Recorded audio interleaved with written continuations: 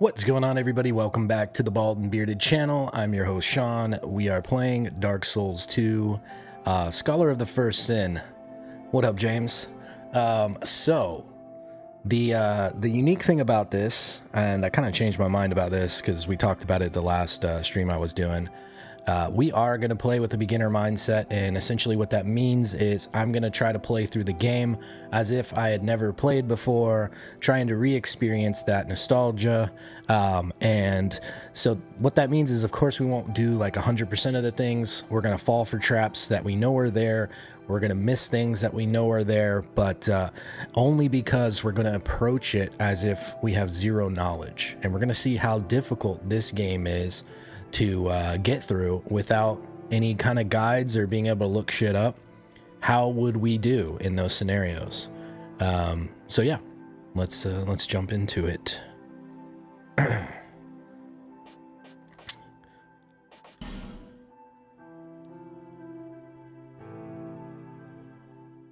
that say initializing online mode? I need to check that. Perhaps you've seen it. Maybe in a dream. A murky, forgotten land. I haven't played in a million years, but I won't forget this. What's up, Questo?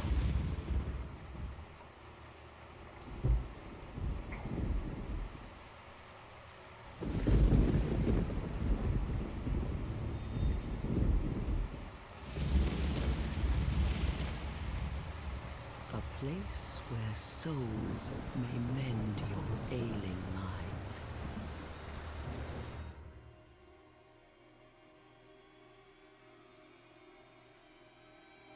You will lose everything. Once branded, the symbol of the curse, an augur of darkness. Your past, your future, your very light.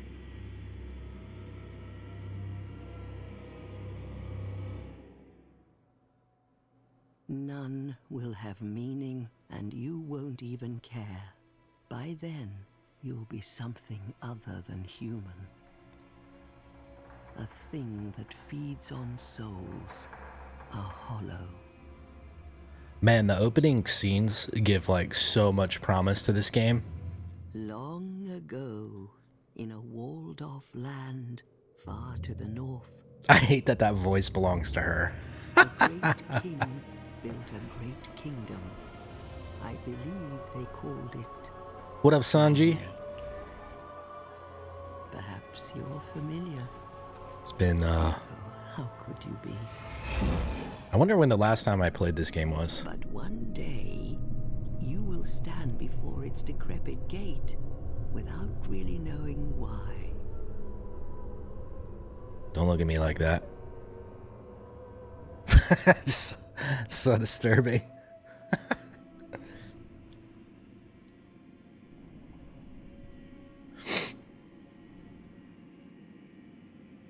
I thought this part was really cool. Which is kind of weird, because we don't have that, like, there's so much cut content in this game. So many things were done that just, like, never happened. It's really weird. If you remember the original box art for the US version of this game, it was just, like, shit that didn't even exist.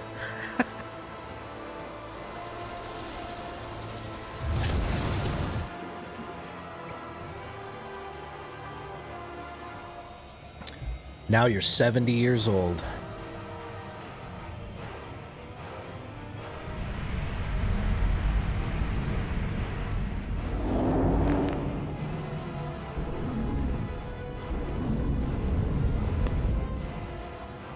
Like a moth drawn to a flame, your wings will burn in anguish. Time after time.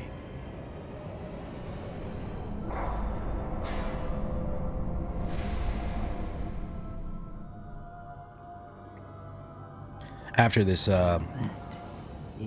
done, I need to make a change. Get some of the cursed. Get some audio distortion. Who would have guessed? Oh man, that would be terrifying. I can't even imagine what that would feel like. Unless it's in slow motion like that, then you can kind of imagine it.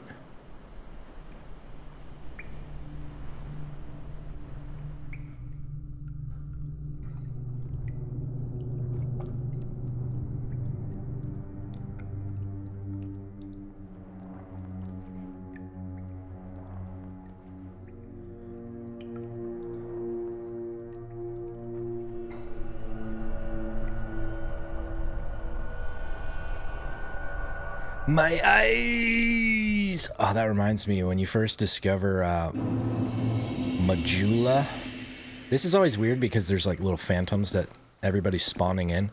So that makes me think that we are playing online. So hold on, let me get it. Let me get up in this game options. Wait, is this one of those where you just like have to disconnect? Like you have to play in offline mode on Steam itself. Can't even remember.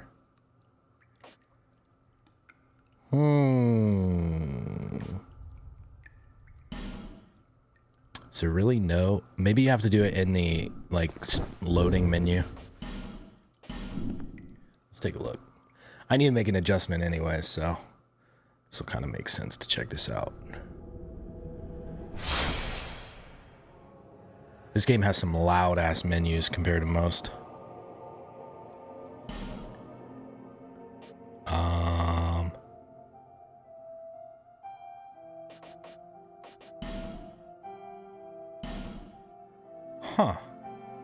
Alright, hold on a second. Let me try to do what I wanted to do a second ago.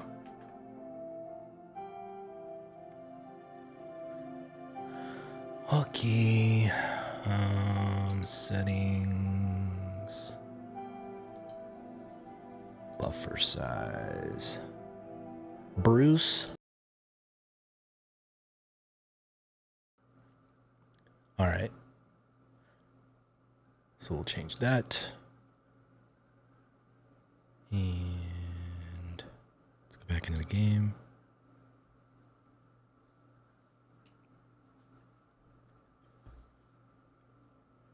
Now the game audio is no longer here for a second. Might have to quit the game and load it back up. We're good at this. Actually, if that's the case, then I'm going to change something else.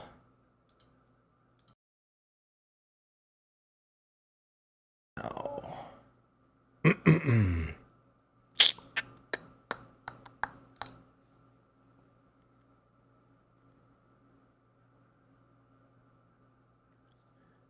Let's make sure my other sound setting is what it should be.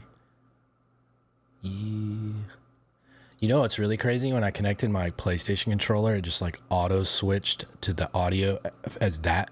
Like PlayStation speakers for my speakers and PlayStation mic for my mic. I'm like, what the fuck? Don't you ever do that to me again, video game. Okay. My ears.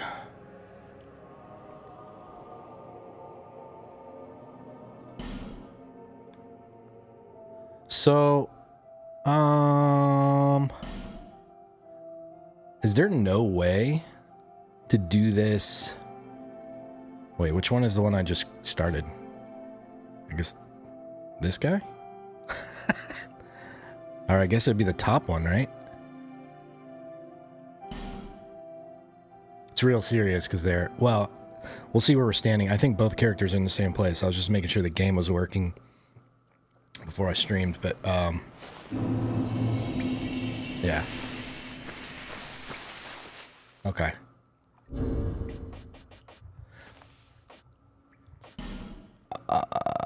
Is there an like what?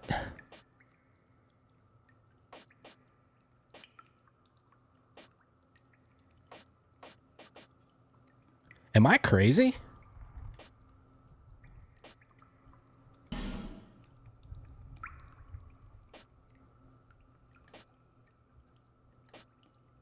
How do we get in offline mode? I used to know this.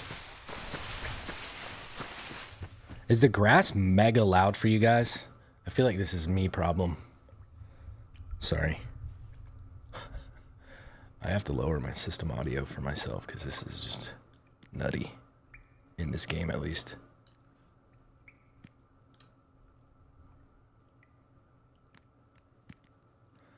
Yeah, whenever I alt-tab and get back into this stuff, my computer just shits the bed. Alright, that's so much better for me. I just couldn't turn the volume down for you guys because that would have been pretty bad news. The Gremlins. How would we have dealt with these dudes originally? I mean, we don't have anything, so I probably would have been like, what? They're not attacking me, so that's good. We know that there's stuff over there, but I wouldn't have necessarily found that instantly. I'd probably have moved forward.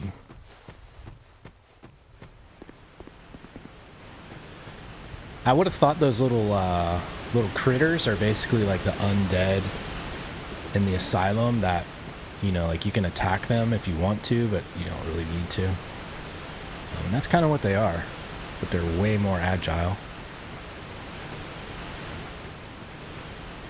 Man, I'm really feeling the, like... When you go back to play a game that's not very fluid, like a Bloodborne or something like this, you can really feel it. Oh yeah, the character creation after the fact. Such an interesting way to do it. Oh my, your face. The face of the curse. It's an undead. An undead has come to play. They all end up here. All the ones like you. You spoke to that kind old dear, didn't you?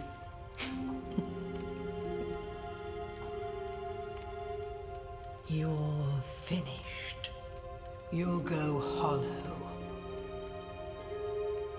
Yes, you'll become one of them.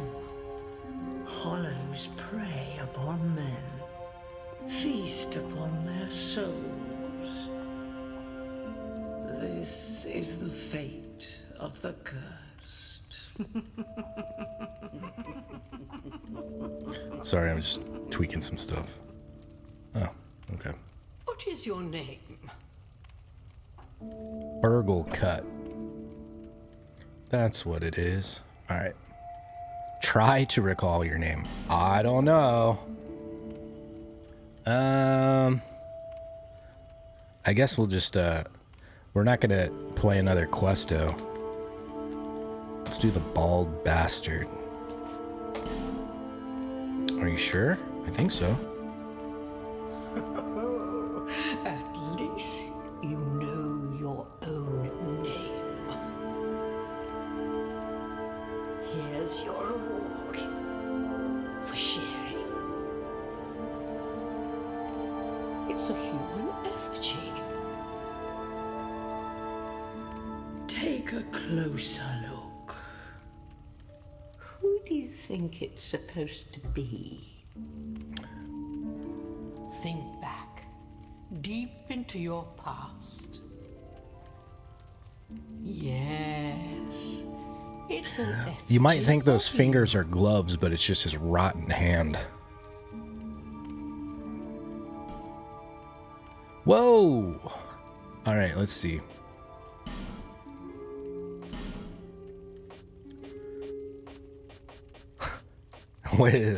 Where's the, is this the tiny head? Yeah, like thick body, tiny head. So stupid. I don't know why they do that. I don't think I've ever made like one of those just like absurd, ridiculous looking characters. Let's just do a basic.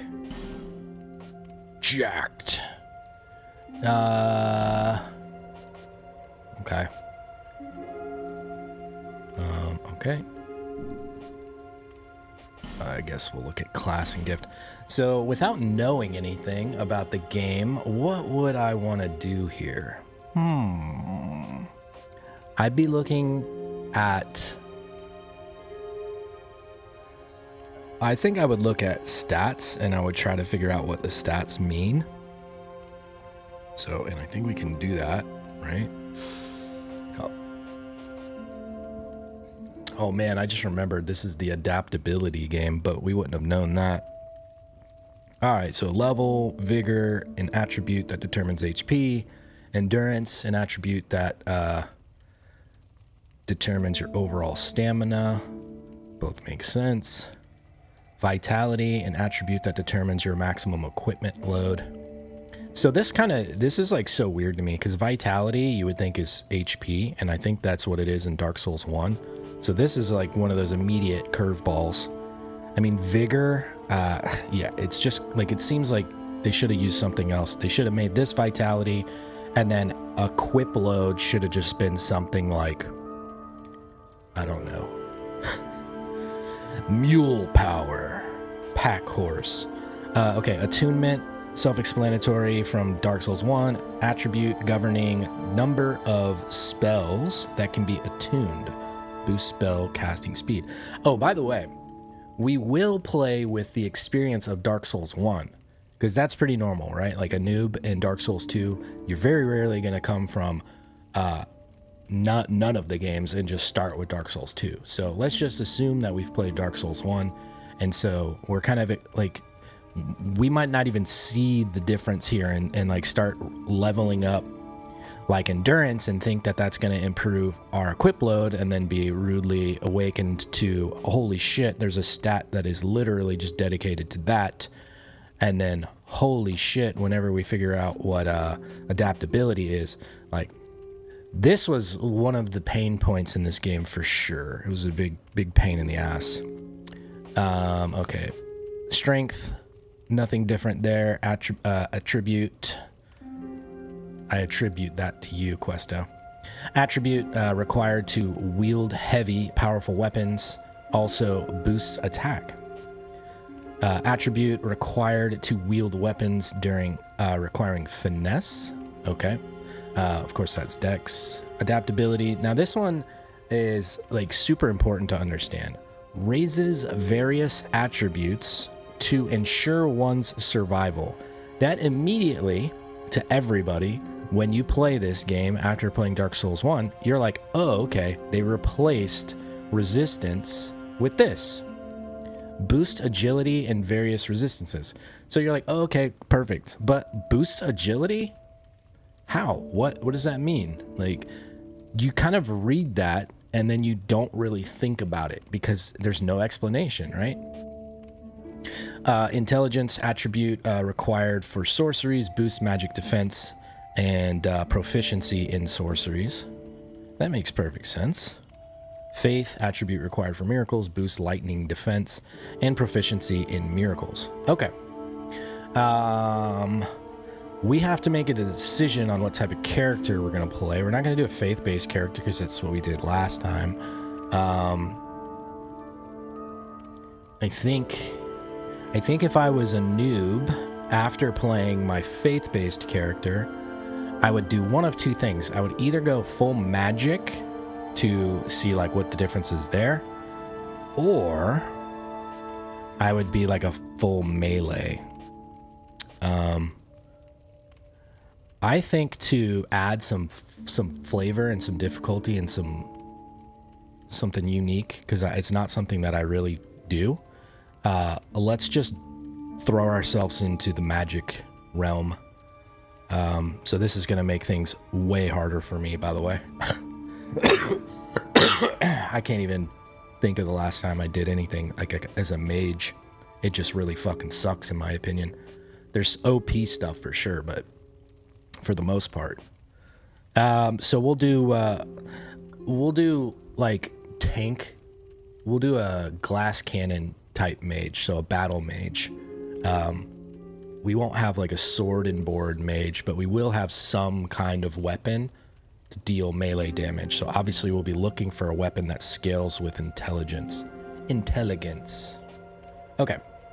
So that's what we're going to decide there. So then, of course, we're going to look to start with some kind of caster. So sorcerer here. Knowledgeable sorcerer, cast sorceries with high intelligence and attunement. I want to see if we've got any like super weight. Yeah, it sucks to see 8 in adaptability. Because I'm going to do the noob thing, and I'm never going to spend a single point in adaptability. If you're not fully aware of what adaptability is, for the most part, it's going to allow you to like drink Estises faster. I want to say it gives you increased iframes, so like your rolls are more efficient. But you have to invest like a ton into this, and it shouldn't even exist. It's a really shitty thing. Like, of course, if you're just max leveling everything, then who cares, right? But this is bad. They should have removed this outright. I think there's Dark Souls 2 mods that just completely remove it from the game. And we'll realize this soon when we play the game, but I just remembered, talking about Estus Flask, you cannot move and drink an Estus Flask in this game. I think you can move and consume one of the healing gems. So yeah, gonna be very different. Everything feels very different in this game. The only other character, like I think the Explorer is a great option too. Because the loot that they start with, like you can look at this stuff and be like, oh shit, this is nice. Like look at all this fancy, that's not what I'm trying to do. I'm trying to look at their actual inventory. How can we see that? Well, we see they've got a lot of stuff. We know that key is nice. So that would be cool. And if you look at what the sorcerer starts with, it's basically fucking nothing but a staff and 1 spell. So, it's like, man, I think the sorcerer might get the shittiest starting setup. Well, maybe the knight. But yeah, sorcerer is not good. They're not being spoiled here. But let's do it. We need the damage to start with. Gift. The Ring of Old slightly increases HP. Pretty worthless. Human Effigy. Looks like we got one of those when we started the game from the NPC, but I don't remember if that is actually in our inventory or not. Like if they truly gave it to us. It should be. That would make no sense if it's not, but whatever. It's possible that we used it in this process, and that's why we might be like full health afterwards. We'll see. A familiar looking effigy returns the hollowed to life. Healing wares, so this gives you an abundance of healing stuff. Homeward Bone, it's a waste. Seed of the Giant, we know this is like typically what we'll take. Bonfire Ascetic could be useful. Petrified Something is what I would usually take to throw to the crows. So there's actually a lot of like viable starting gifts in this one that wasn't really true in some of the others. Noob mode, a simple petrified lump. It may be of use someday. Like seeing this, you would think that it's probably got some hidden use, but you wouldn't know. So taking it would be kind of foolish. It's like a playthrough plus type learning experience. What does it say about the Bonfire Ascetic? Toss into a bonfire to raise the strength of nearby foes, only for those who seek greater challenges. I would look at this as like it says, a greater challenge, but it's actually way more beneficial for like farming and things like that, or getting way more advanced items in your original playthrough. It could actually save you from doing multiple playthroughs if you want to try to unlock certain things. So Bonfire Ascetic is really cool, but we wouldn't use it as a noob. A seed grown from a tree of giants, inedible. Again, we wouldn't know what the fuck to do with that, so we're kind of limited with our choices just based off of what we think we could utilize. So we would probably end up taking the ring, even though it sucks. So yeah, let's take the ring. All right. Now let's do the face We'll just make this dude bald. We're gonna get real creative here. Beard.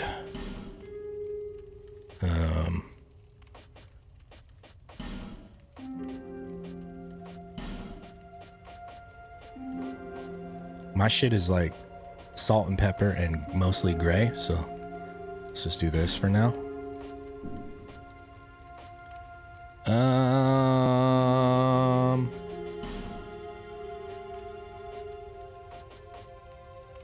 Yeah, this guy pretty much looks like me. It's pretty close for like a default. He's jacked like me too. Definitely not the case. All right, I think we're good. It's my true self. All people come here for the same reason.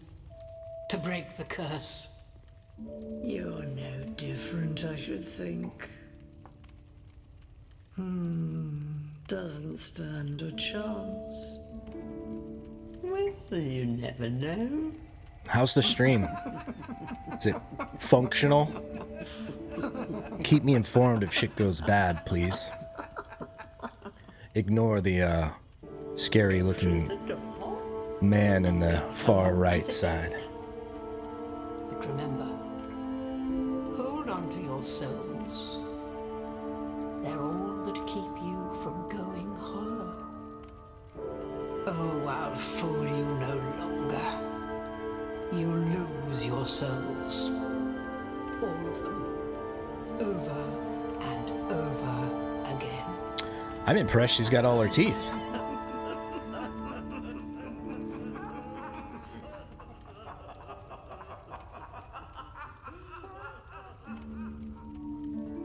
Thanks, OG. As long as it's functional. Oh, that was a weird angle. All right. Good God, we are blinding. It's almost true to life. Okay, let's take a look at our inventory real fast. Black Separation Crystal. Banish phantoms, return to your world.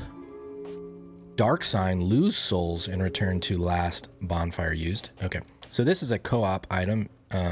We won't be using that. Bone of Order restores the link to other worlds. I don't remember this thing. Online play item. You will be punished for fleeing from other worlds by disconnecting unjustly. However, this charm will disperse the ire directed at you. But since they're not easily buried, and there's no telling if you will be let off so easily next time, each encounter in life is a precious turn of fate. Okay, so it's like, hey, accidentally DC'd, don't fuck me over too hard kind of like thing. That's weird. Okay. We've got our shit armor still.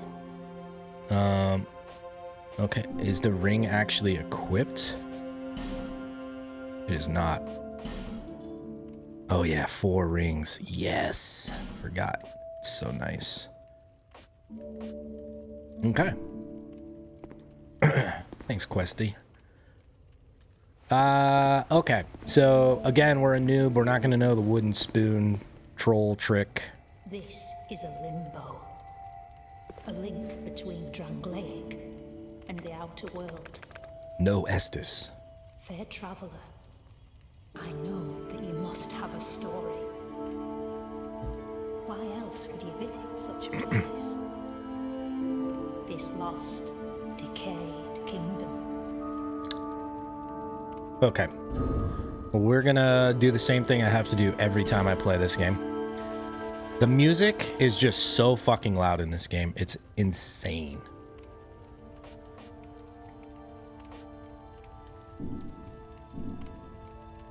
My name is Millibeth.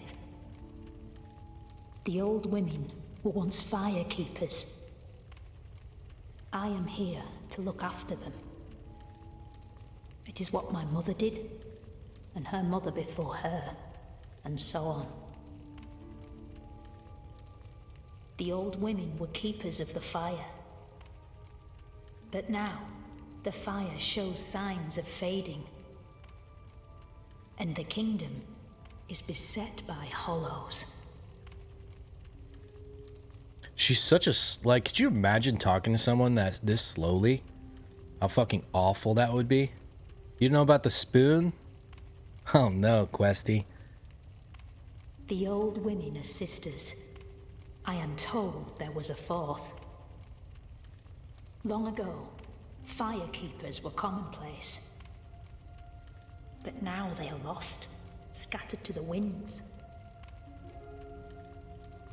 So if you kill all the trolls in the starter area before you leave your original time and you come back to her and talk, she gives you a wooden ladle. The old women are sisters. I am told there was a fourth. I might not be remembering that 100% accurate, but I'm pretty sure that's the case. I mean, I can't help going up here knowing that there's a chest, but we would have gone up here anyways.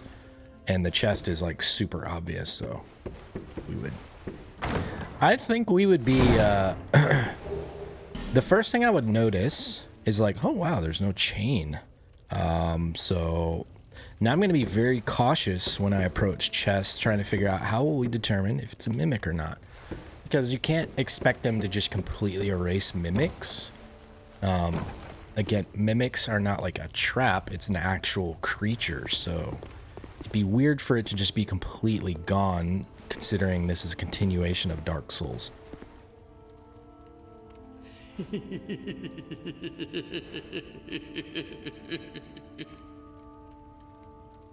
Well, that was fucking helpful. Thanks a lot, lady. You must go on a journey without rest. Well, I suppose if you find yourself at an impasse. But if your will is yet unbroken, then you may return here to start again. Find yourself at an impasse. Okay, this lady is basically telling you that she is a, like a stat reset. Now, go along, go along. I believe you need an item to trade with her to make that happen, though. These old-ass ladies. Always laughing. I think Noob Sean would not go back out, because why would we? You just feel like the natural progression is forward. Ooh, are we gonna learn about torches? Are they gonna tell us anything about that? Burn. Oh, so we do still have the effigy. So we just miraculously turned into a human without consuming the effigy. A warm, soft, shadow-like effigy. Use this item to reverse hollowing. It also weakens the links to other worlds, preventing invasions and most cooperation. Wait, what? So, reversing hollowing allows... Wait, hold on. Am I reading this right? Reversing hollowing prevents invasions and most co-op? Huh? Peer closely on an effigy and one begins to perceive a human form, but whose form it takes depends on the person looking. This can't be right. Burning the effigy reverses hollowing. Makes sense. It also weakens the links to other worlds, preventing invasions and most co-op. Huh, that is not how I remembered it, but to be fair, I didn't do a whole lot of that in Dark Souls 2. That kind of seemed like the opposite of what I would expect. Interesting. Okay. We got us an item over here.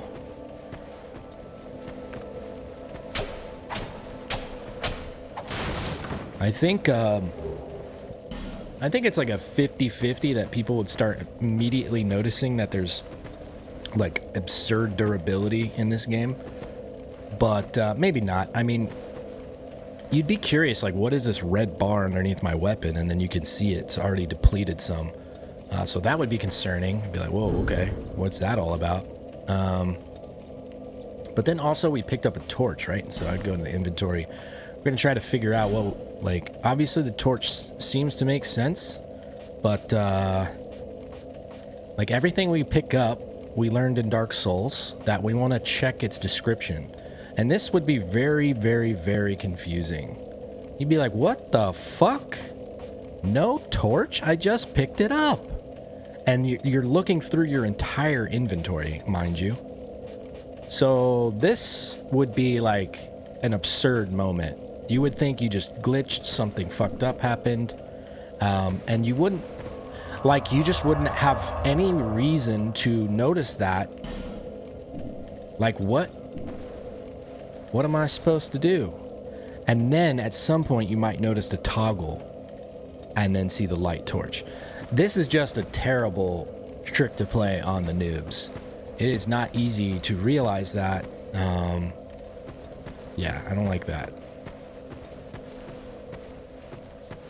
The only thing that I think can help is if you approach the sconce. But I'm not sure how many people would just walk straight up to the sconce. But okay.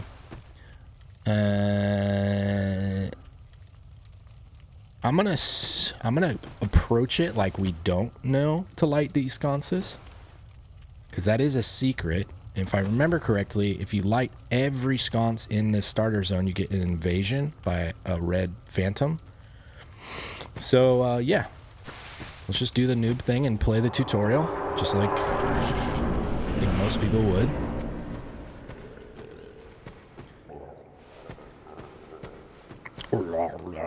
I'd be really curious to see my damage on my sorceries. Oh, not a one-shot. Boo. Target lock. Okay. Get that off my screen. Thank you.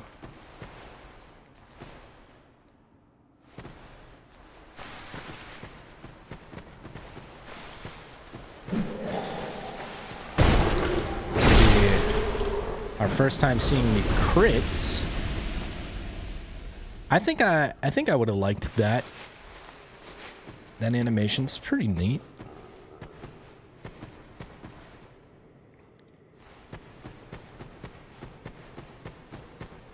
All right.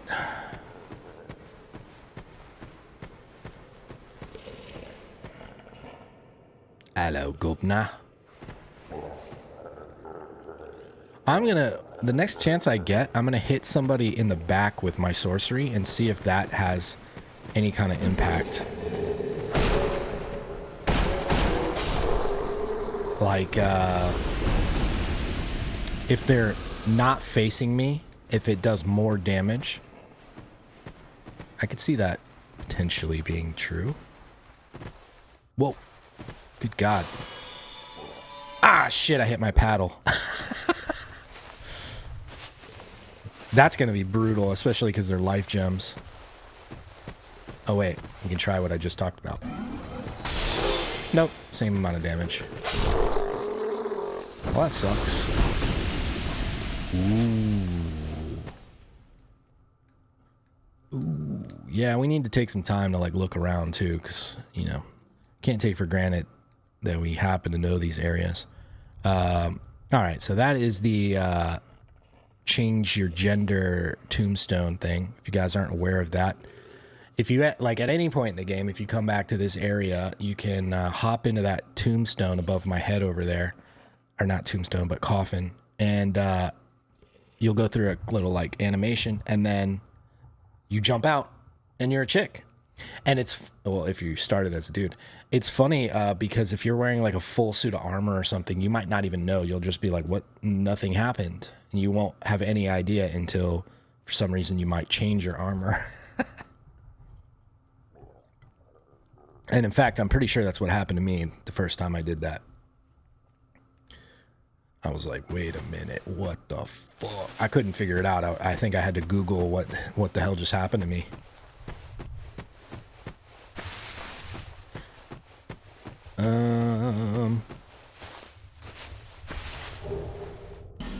All right, so, I mean, that's nice. We get a dagger because we're going to need to have Like, for me, that seems like a waste because I started with a dagger. It's my primary melee until we get something better. But it is good in this game because you have the need for secondary weapons because of durability issues. We don't necessarily know that just yet, so it feels like kind of a shit pickup. Oh, an archer. I want to see, do these arrows chase? A little bit too. It looks like they might have some bend.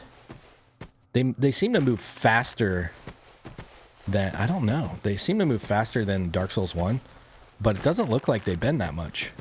I don't think they do. Rightfully so, the dagger has terrible range. So if you knock your enemy back just slightly, you're then out of range.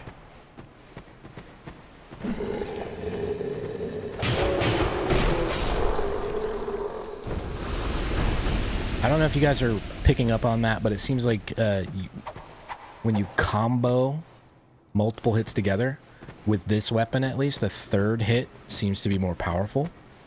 I'm not exactly sure why that would be the case.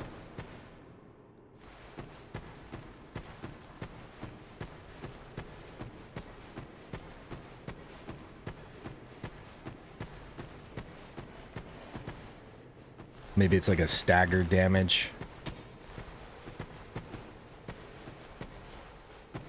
Let's see if we can replicate that. 1, 2. That guy was taking the same amount of damage the whole time.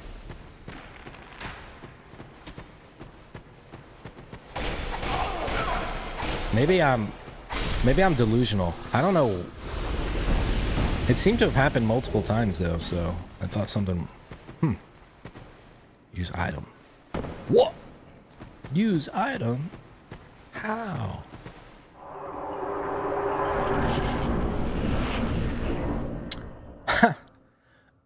Imagine getting this far and not knowing how to move camera yet. Especially because when you spawn in after you make your character, you're at like this angle. Could you just fucking imagine? This is what you'd be playing like up until this point. You wouldn't even like, it'd just be impossible. This is the dumbest point to have this. This should be the very first thing. And I mean, honestly, if you need this, you're probably not going to enjoy Dark Souls. But, I mean, this should just be like the first thing that shows up in front of you before you can even take a step after you. Give us smooth. Yes, you. Give us silky. All right, this would be exciting because you're like, okay, if you played Dark Souls 1, you probably know about the crow's nest. But if you were a full fucking noob and only played it once, you almost certainly would not know about the crow's nest. So this would be like, whoa. I also wouldn't know. I would look at our stuff and be like, we don't have anything that's smooth or silky, right? So, yeah. I'd put that in the back of my mind. And ooh, I see that. Maybe if we got like, I don't know, a stone or something, I would think to come back here. Again, this would also make me think of that starter item, that petrified stone thing. Which actually makes sense, and then, you know, you could test it out really quickly. Just create another character, sprint over here, and drop that thing. The cool thing about it is you could honestly, you could be in a situation where you get the right drop from the petrified something, and all of a sudden you've got like a titanite slab, or I don't know. I don't remember what else it could drop, but it could give you something really nice. And then your first playthrough is all of a sudden like a breeze. So certain things like that can happen to really skew the way that you think the game is. Think of it like playing Dark Souls 1, and the first Black Knight that you encounter, if you're successful and kill it, and let's just say it drops like the Black Knight Greatsword or something. Well, you just have one of the best weapons in the game, period, from the very start to the end. So, easy. Light sconces with a torch. Okay, so now it is reasonable to look into this. However, we can see that we have no way to interact with that. So I think it would be okay to run up to the one that's lit. And now it makes kind of sense. We see a timer there. There's cops in this game. Watch out, guys. They're coming to get me. And we saw these sconces in this area too. So it makes good sense to come back through here and light everything. I did appreciate the like shadows and the lighting and stuff in this game. It looked cool, but I mean, it wasn't that great. But it looks pretty cool.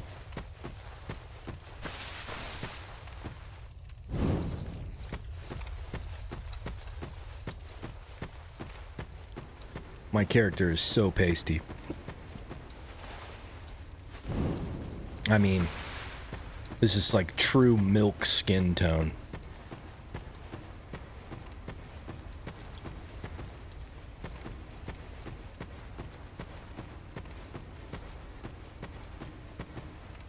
Well, I don't know if any of you guys have ever had a kefir, or kefir. I think it's kefir, but I got some of that to drink. It was like a peach flavor, and then I got like a strawberry flavored one too. That stuff's good, man. To me, it just tastes like you're drinking yogurt. Pretty good stuff. I'm gonna get some more of that. So I'm just gonna light up the ones that I can get to right now. This troll would continue to have me curious. Whoa. Audio. Alright, I don't think this guy's an enemy. Examine. A statue blocks your way. Well, that's nice. He does look like Patches. Kinda. He's so well, he's so bright. Patches is just like a glow stick. But, I mean, I think half of the year I look like that. Ooh, I would see that and be like, okay, maybe we're not ready with the starter area because there's some other fog gate doors and stuff. So I think I would try to put that away, and I'm glad that it works. Because we obviously see that we're running out of a time limit with that.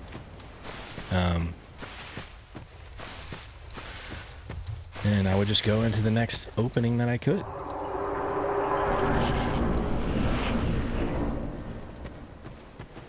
Wheeled right. Okay.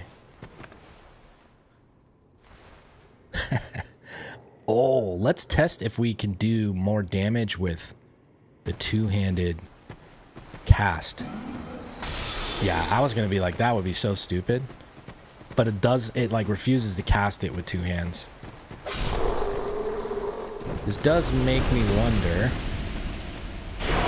Okay, we can use it as a melee type of thing. So I'm curious about that.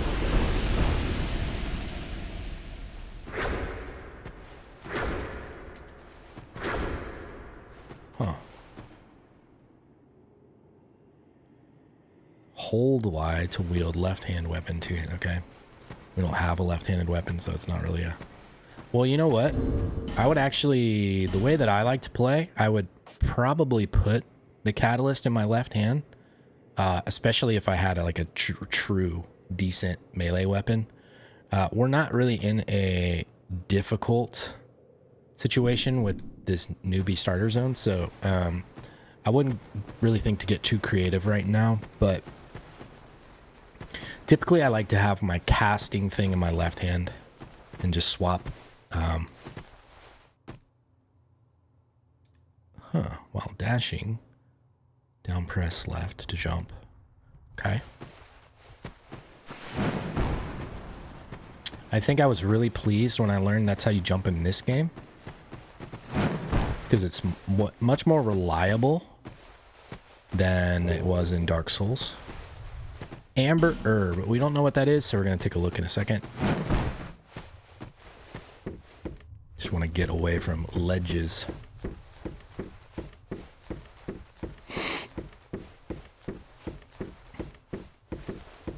It's so weird when someone calls you that, like, maybe has called you once in 20 years. You look at your phone and you're like, what the fuck? Some bad news, I'm sure.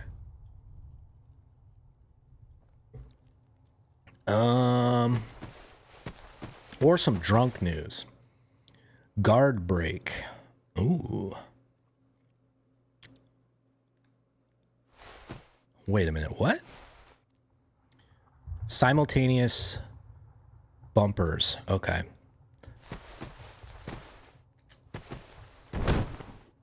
Ah, yes. I remember. While falling, plunging attack. Okay. With shield equipped. Okay.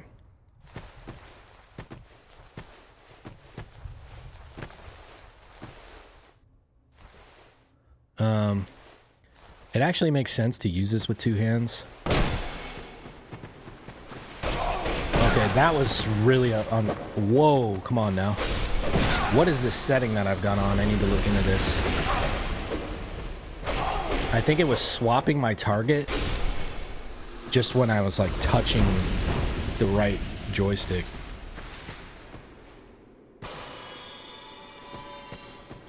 Let's see how effective those heals are. Oh, that healed half my health, so could be more. I don't know. All right, I think there's some weird...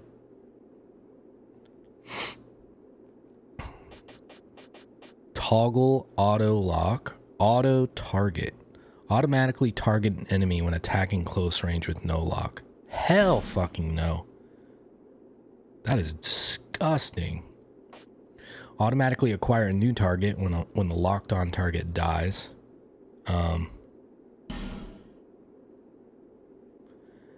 I think that's like, yeah. I mean, that can be okay in some instances. I feel like I would rather be in control. That way nothing happens that I'm not anticipating happening. But you guys know, if you ever watch me play these games, you know I'm not a fan of target lock. But something like sorcery, it's required. Alright, this is what I wanted to see. Okay. Jumpies. What did I just get 200 souls from? What the fuck? Was there a guy in here that just fell through the earth? Cracked red eye orb. That reminds me, we need to look at our herbs. Amber herb slightly restores spell uses. An annual herb? So it grows once a year? What? An annual herb with an amber color so deep it gives the impression of luminescence. Restores a small number of spell uses. Okay, so this is going to be really good for us. It's not something that I typically use in the past. It is the mistaken belief of many that the flowers of this herb do not blossom. However, small white flowers do blossom during dusk when the moon is visible. I am Kala. So the question, what I'm expecting is like I have to actually go into Steam and like put myself in offline mode, because I couldn't see that setting in this game. And I'm starting to remember that that is actually the case, but, yeah. So yeah, some of you meanies might be trying to invade me soon. I'll probably change that at Majula. I especially hate how many white phantoms are just like sprinting by you, just random moments. And shit, catches you off guard. Alright, so we've got more sconces that we can light up. I remember how like you can see them clipping when they are at a certain distance, the way they move. It's kind of funny. This is also something that we can't navigate to just yet. And it makes sense because if you, for some reason, were able to jump over this, I'm not necessarily sure how you would get out of that fog gate. I think you can drop down there at some point. Oh yeah, I remember you kick this dead tree, and then you would get to another area. But we wouldn't know that. And in fact, like, some of these things are just changes the game has made over time. This looks like it's like something you could probably like ricochet off a tree type of deal. It's not something that we really care about, obviously, but if you wanted to spend some time, it might be something that you could manipulate.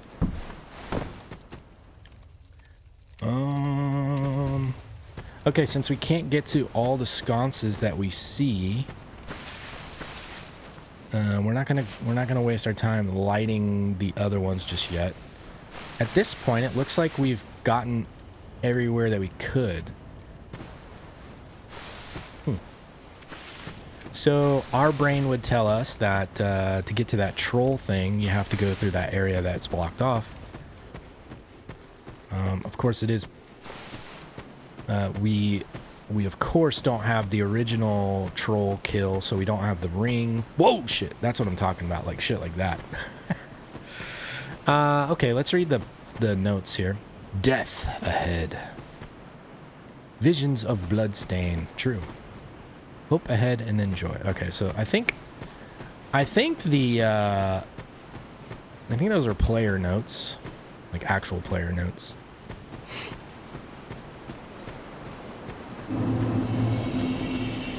This was definitely like one of those like key moments of a Souls series game. It's very awe-inspiring the first time you walk through there. These kind of reveals are great. We know there's stuff down here you can see. I can't remember if this is a good drop down or not, but we can. Yeah, so this one you can see for sure. Part of the playing online thing is it's really going to give away some of the secrets. So, like, certain points of the game when you're playing offline, you might get stuck, but that's only because you don't get the player notes and you don't get the blood stains and stuff. It's like the blood stains here tell me, oh, okay, maybe there's something going on, and then you can see there's a drop down and blah, blah, blah. So, like, in a lot of areas where you would complain about the game and say, well, how the fuck am I supposed to figure that shit out, right? Well, you're probably playing in offline mode. And that's like a big chunk of getting stuck. But that brings its own challenges, of course.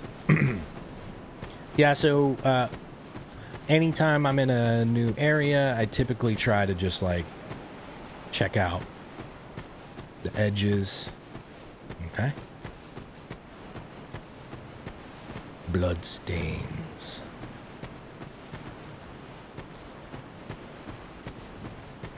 Oh.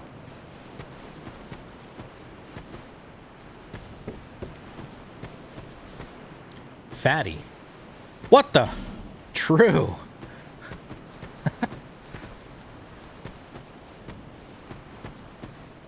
Let's be smart and check out a bloodstain. Well, what are they actually dying to like this? Well, that guy was just standing there forever and died. Ooh. I would see that sword and be like, ooh, wee.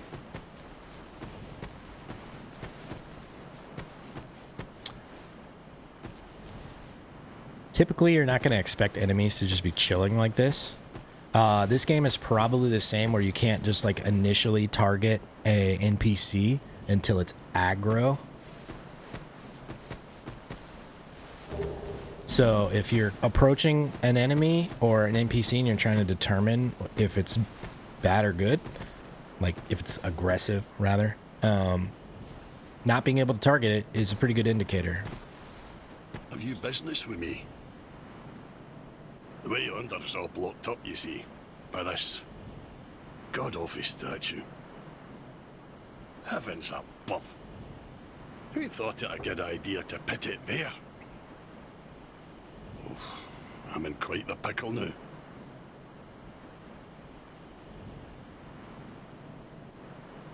Trying to look at his armor. The helmet looks quite impractical. See that statue? Gives me the willies. You stare at it for long enough, it starts to look alive. I know the statue's in there, but I can't really see it that well from here. Doesn't he seem quite right? There are no craftsmen round these parts. Doesn't he?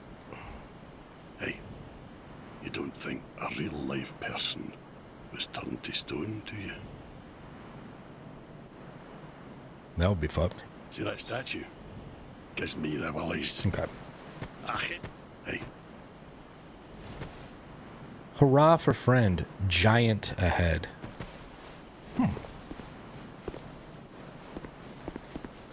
Dawn. What's up, buddy? Alright, well, we see something that clearly looks like an enemy. It's got stank on it. Lots of bloodstains in here, too.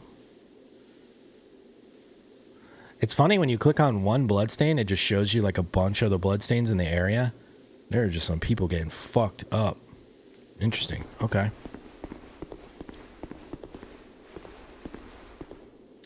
Stone statue blocks your way. Woman ahead, therefore try stabbing in the back. Okay. Alright. I think I'll be looking in these... Looking for loots.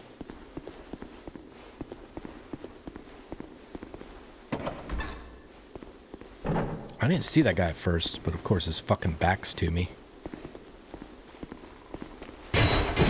Oh shit, we don't do much damage. Okay, time to leave. Run away! Alright, so we know that's a dead end. Oh, that guy's so fucking gross. I love when they're at a distance and you can just see them moving at like 10 frames per second. Alright, so we learned a quick lesson there. That is a zone to go towards later. Again, this is Dark Souls 1 experience paying off. If you see that you do fucking nothing to an enemy, you are not where you need to be at the moment. Divine blessing. Okay, so we did see that pathway to the side, so we will drop down there in a second. We do see a bonfire. I don't know how easy it would be to see that without this pit around it, so I'm glad they set that up that way. We see that NPC over there. Okay. An item over there. There's stuff to do. But this is a good spot for me to try to figure out how to get into offline mode. So I would definitely be doing that at this point. So I think what I have to do is put Steam in offline mode, which is really, really, really silly. I can't believe they never patched this game to allow you to select that. It just seems crazy. They've got the option in the first game and the third game. So that's really strange to me. All right, so let's see. Steam, go offline. Okay. Done.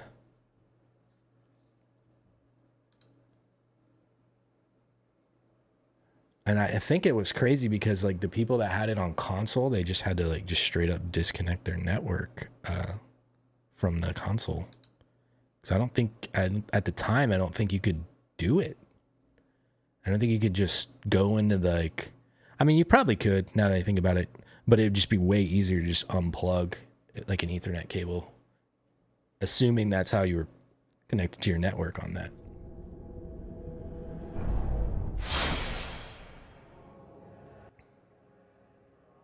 Unable to play in online mode. Are you not connected to Steam? Oh yeah, I'm good. Starting in offline mode, multiplayer messages, rankings, and other such network features will not be available. To play online, select Go Online from title menu. See, this is so silly. They actually have Go Online built into it. That's really silly. They could have easily put that feature in. Okay. Makes not much sense, but sure. Let me delete this guy. I don't want to look at him.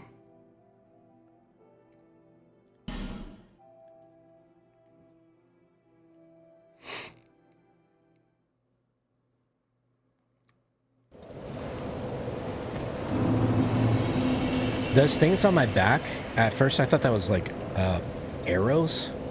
What does he have there? Are those supposed to be like healing wares? Wrapped up in, I don't know. It's kind of interesting. All right. Ooh, beautiful. Actually, kind of fucking ugly, but also pretty at the same time. Okay, wow. What is that? Doesn't that look like a giant Buddha?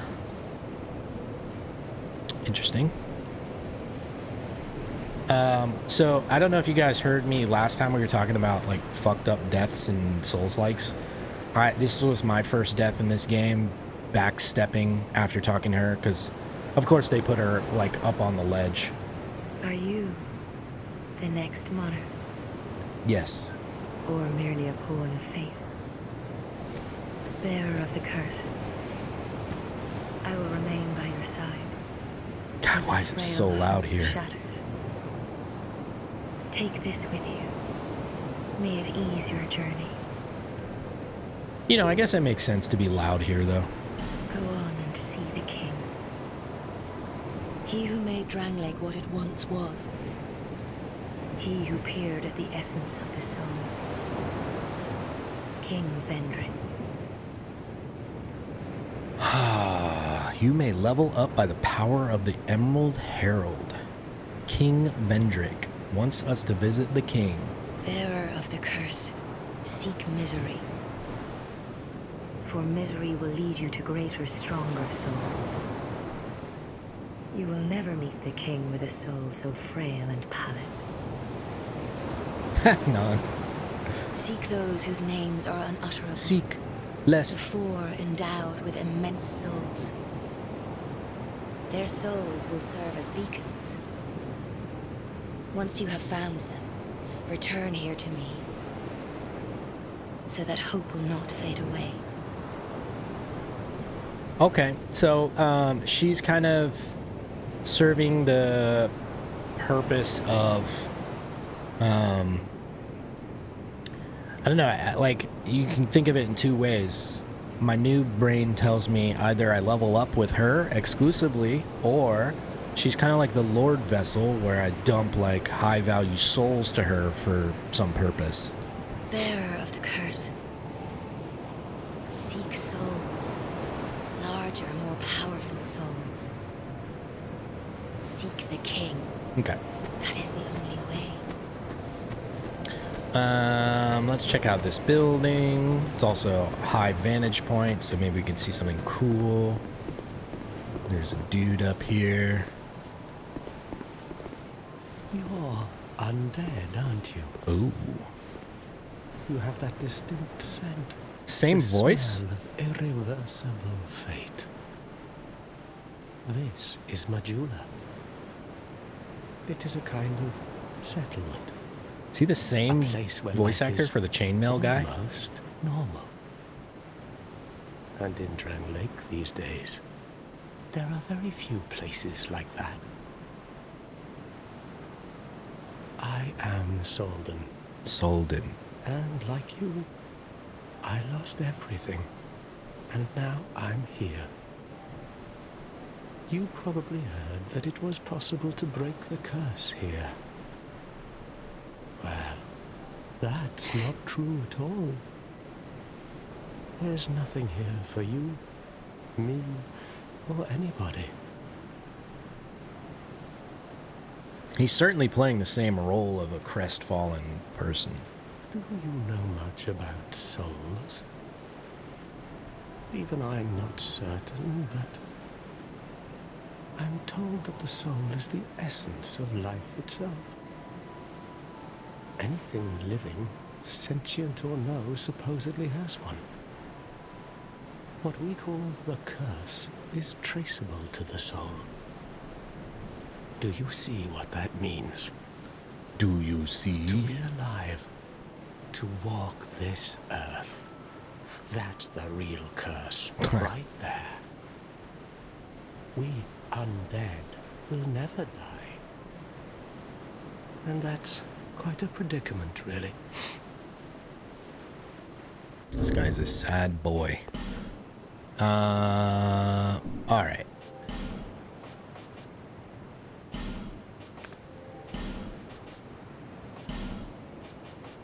I didn't remember we picked up a divine blessing, but we do know what that is. Do we really have... Yeah, why didn't we... It's weird. Okay. I know it's not part of that set, but I want my stuff. There are 4 beings in this land with giant souls. And wherever you go from here, you'll sooner or later come up against them. What up, Jimmy? Each has a powerful soul and a terrible curse. If that frightens you, then you ought to just give up right now. 4 giant souls. Like I have. That'd be great if there was like a prompt for you to just sit, and you could just, after you sit for like 20 seconds, the game ends. Do you ever cry out for help? The journey of an undead is long and treacherous. You will face invaders from other worlds at every turn. If you need help, why not proclaim faith in the Blue Sentinels? When you face danger, the Blue Sentinels will come to your aid. Protection is yours, if you wish. You need only accept their kind embrace. This is kind of fucking hilarious for this guy to be the Covenant leader of the Way of the Blue, when he's basically talking about like giving up, and he's already given up and all of this like whiny bitch stuff, but yet he's the Covenant leader of the people who come in and save your ass if you're getting invaded. What? Sure, why not? You've convinced me with your great sales speech. The Blue Seal. Entered Covenant. That is a wise decision. People are weak, but the Blue Sentinels watch over us in their benevolence. Let the Sentinels cradle you in their embrace. Do you feel lonely here? It suits me just fine, as I've nothing left anyway. It will grow on you, this place. Give it some time. Okay, it kind of makes sense that he talks super slow, because obviously he's like Eeyore, but, I mean, come on. Do you see the way beyond the bonfire? Oh, now we're getting That somewhere. will take you to the forest of the giants. Huh? There was once a great fort, but little of it remains. You may just find something there that will be of use on your journey. Oh, so he's saying... But don't venture too far inside, or you might not come back. Okay, so I would think he's either talking about to the left of the bonfire there, because it kind of goes underneath, or right above my head, which is the area we just kind of went to. So yeah, okay. I love when the NPCs start revealing areas to you and start telling you stuff. Hade's Tower of Flame lies beyond the far gate. In the cathedral, the Apostles of Blue gather. But the road leading there is perilous. The gate is rigged with some contraption. But how it works, I just don't know. Well, we can't be sure what area he's talking about. You know, there's a lot of stuff in the distance. We also see this, like, sunken town. That looks kind of cool. Huh. Have you seen that pit, that gaping hole in the earth? I don't know what it's like down below, but I wouldn't suggest trying to I know find what that out. is, right above my head, but we haven't seen that yet, so Besides, we wouldn't know what the you'll fuck he's never talking make about. it down there. Not without a ladder of some sort. Oh, the ladder maker, I forgot. The flame you see there is a bonfire. They exist all across the land, beacons to we undead. If you are tired, try resting beside the flame. The flame heals us. Long ago, a woman called a firekeeper watched over each bonfire. She kept the flame lit and guarded it from those who would extinguish it. I wonder where the firekeepers went. It is interesting. Dark Souls 1 had many firekeepers. It seems that the NPCs continue to say, like, where the fuck are the firekeepers? They speak of them as, like, a thing in the past. So without knowing any of the lore, like, you would start to think, okay, well, this must be pretty far in the future, but how far? Or is it like, you know, it's too early to put things together. But also, how is the audio for the NPC's voice? I can turn it up if I need to. Did you notice any letters on the ground on the way here? Oh yeah, when we were playing These online. are messages that have jumped the fissures between worlds. In Drang Lake, the flow of time is convoluted. Things shift and waver, twist and turn. Poignant wishes, dashed dreams. The messages convey our very inner thoughts. If your will to soldier on falters, try leaving a message. Somebody out there is sure to listen. They don't listen. You may notice symbols that appear upon the ground. Man, this guy gives a ton of info. These are summon signatures. They call upon spirits from other worlds through the schisms in time. Schisms. If you fear hollows, find summon signatures to call upon spirits to help you. Schisms and chasms. Hey. Don't fight it. Just let it happen, guys. Do you see the way beyond the bonfire? Okay, now he's That repeating. will take you to the forest of the giants. Yay! We know that something's here. Letters are worn beyond recognition.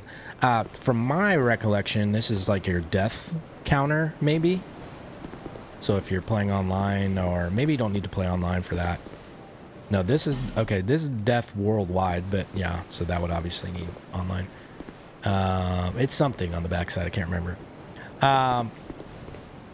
Yes, also, if you die like a certain amount of times and you continue to talk to this guy, he's going to give you a different kind of ring, I believe, to help you out. He gives you something. I can't remember what it is. I think it's a ring. We don't know that, but we would continue to come back to this guy and talk to him as long as he's here. Majula's the hub. We talk to NPCs when we come back to hubs just to see if they're saying anything different, give us guidance. We have to rely on the information they provide. So the great thing is that if we die a lot, we will receive whatever benefit he's going to provide us.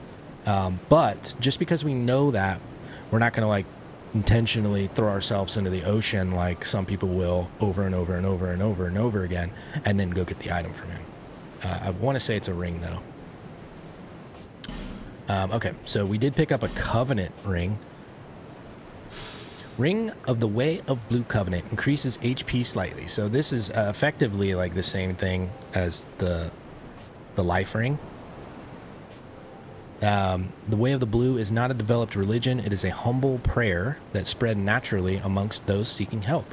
When apostles of blue are invaded by dark spirits, they can receive assistance from masters of other world. So yeah, this is like a great thing to be in if you are playing online and you're like a newer player. It's really good. I like it. I think it's great that they put that here. Solid idea. Okay. We would definitely want to take a look around everywhere. Try to scoop up any items. I think this, for whatever reason, this game is like harder for my eyes to focus. I think it's when we're turning. It just, I don't know. It's a tough one for me.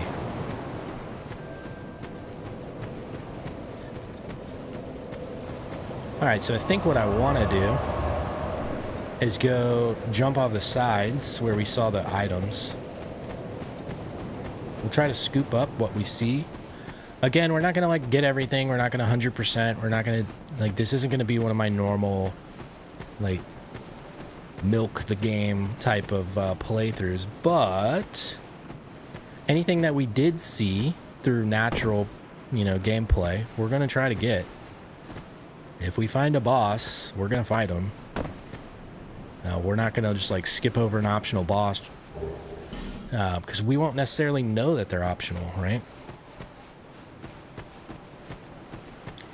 We definitely won't use any cheese unless the cheese is like somehow extremely obvious. I don't know how that would be the case, but so like Dragon Knight Rider or whatever, we won't be doing that. All right, so we picked up some stuff. Let's check it out. So immediately we notice binoculars are a weapon. Kind of crazy. But it actually helps for casting. We don't know that yet, but we're gonna figure out like why is this a weapon, right? Morning Star. See if we can even equip it. All right, we need a different view so we can see. Oh wait, I don't think I've ever noticed the sorting mechanism. Has that always been there? Interesting.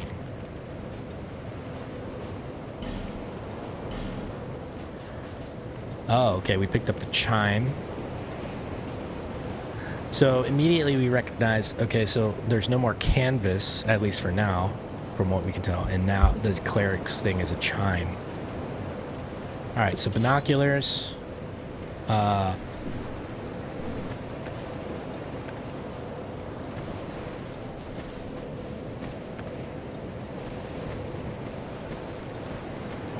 Oh, it's really weird. Like the movement is super slow at first and it kind of accelerates.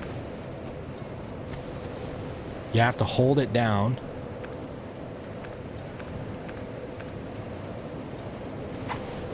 You can swing your weapon. Is there no way to zoom in? I don't think so. Okay. Interesting. So this would like help you free fire your sorceries without locking on. So this could be very good for our playthrough.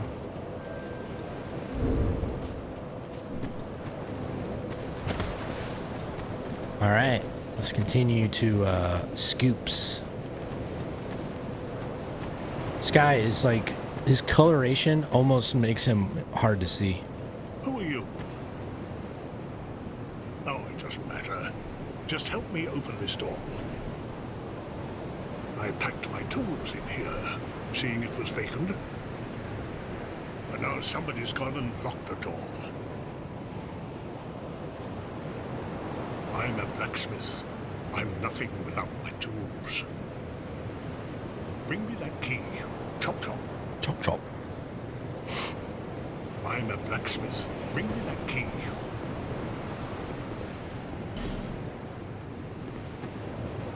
I think I'd be looking at this. Ooh, hello. Soul of a nameless soldier in a life gem. I'd be trying to look in here. It's so funny. Every time I see this fucking dilapidated shack where this guy could just easily just crawl in here from multiple sides. He's just sitting out here. It's so stupid, dude. They could have at least like put bars or something on the windows, so it just would have been like reasonable to say, oh, well, you just can't get in there.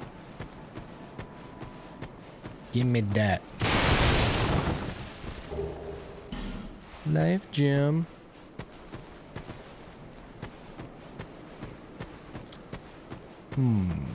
Also good to come up on higher areas, because again, we can look back and see things that we may have missed. 5 homeward bones, that's nice. What is this? Meal, I guess we'll try. Offer awe stone. You must belong to this covenant to make an offering. Enter covenant, Victor Stone. This will set you upon an arduous path. Okay to join this covenant? No. Okay, so my... Even though we're noob brain, it gives you fair warning, like arduous path. Okay, that's not good. We don't know anything about the game yet. We're new. We suck. We don't have anything. It's in starter hub, so it kind of makes sense that this would be like a challenge thing. And of course, that's what it is.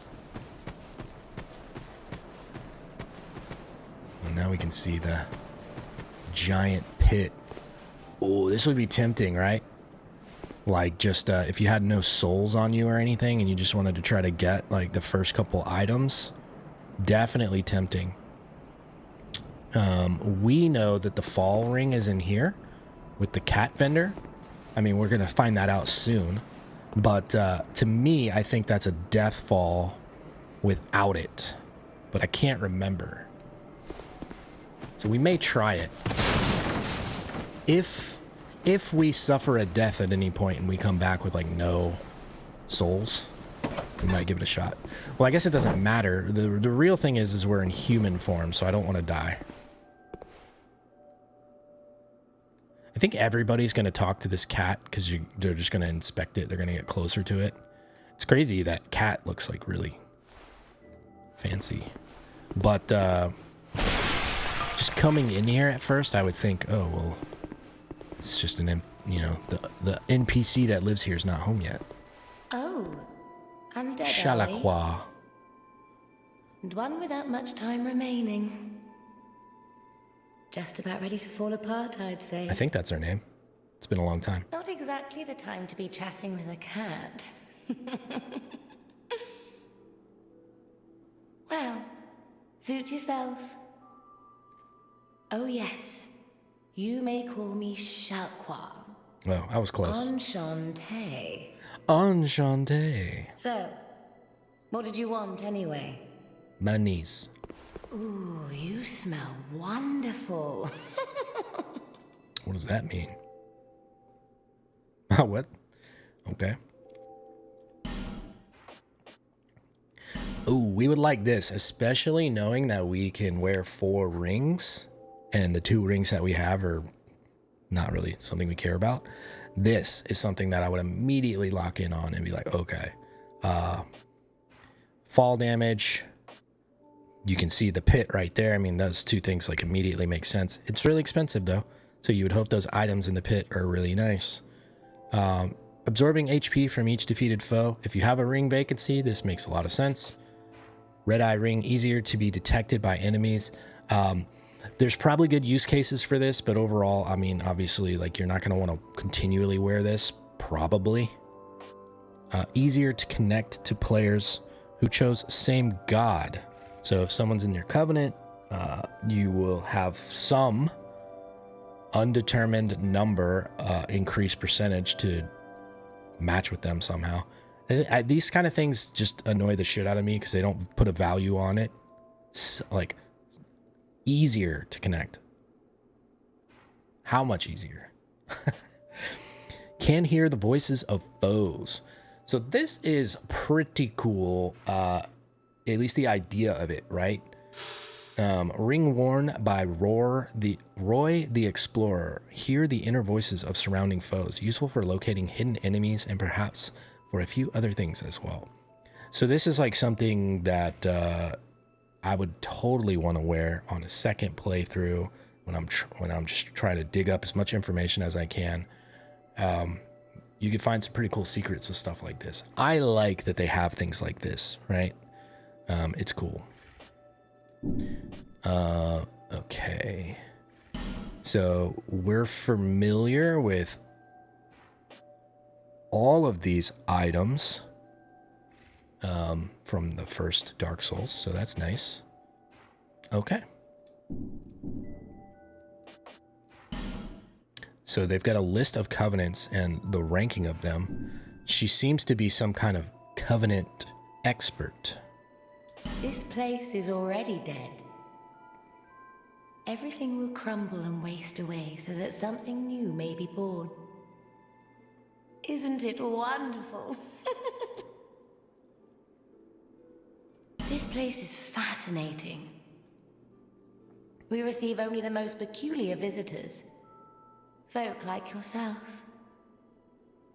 It's enough to keep even a cat amused. Ugh. The part about like acting to laugh is frustrating because oftentimes when you laugh, like organically, your laugh's gonna be very different each time depending on the circumstance. But like when a voice actor is just given some lines to read and then there's like laugh at the end of it, it sounds identical over and over and it just becomes like, I don't like it. Are you going to see the old ones? Those four who have grown so incredibly ancient. They must have sprouted quite a thick coat of moss by now. For heaven's sake, no one even knows their names anymore. Imagine that. Yes, nothing like yourself. Like, why laugh there? For you have a most pleasant scent. I smell It grows good. nicer with each passing day. Have you made friends with the man by the sea? The sad guy? He's lost everything. Yeah, okay. Absolutely everything. The only thing he's good for now is a few tidbits on covenants. Covenants are a type of, well, contract, you might say. You give something to gain something. That's the way humans like it, right? It might be just the thing you need. But what does a cat know? Oh, God. I was just waiting for the laugh. Did you see that oddly formed rock behind here? Oh, yeah, I did. Long ago, they called it Victor Stone, as I recall. If you wish to face greater challenges, speak to the rock. Although, you'd just as well not. It's a shame that they make some of these dialogue, like encounters such a slog and kind of frustrating to listen to because the NPCs have so much valuable information in games where information is at a premium. You just can't find it. So I wish they would do better with encouraging you to have dialogue with NPCs because some of this stuff is painful. This place is already dead. Okay. Oh my. Haste makes waste. Hell yeah, get me the hell out of there. I wish they wouldn't reach into their pocket like they have a key because it kind of gives you that false like, oh?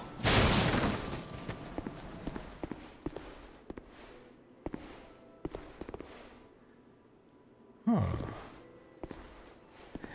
So immediately you start to think like, oh, this guy kind of reminds you of Dommel because of his seated pose. Hello there. Welcome to my shop. A lot of people kill this guy immediately to get his gear. And I sell armor. Oh, sorry, Please do have a look at my wares. I could really use the business.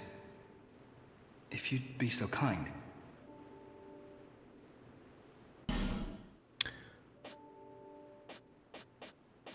So he unfortunately does not have anything useful for a sorcerer. I came from the west, from Volgan. Have you been there? I have not It's been. a lively place, vibrant with trade. Very competitive, of course. And you have to grease the wheels to get anywhere.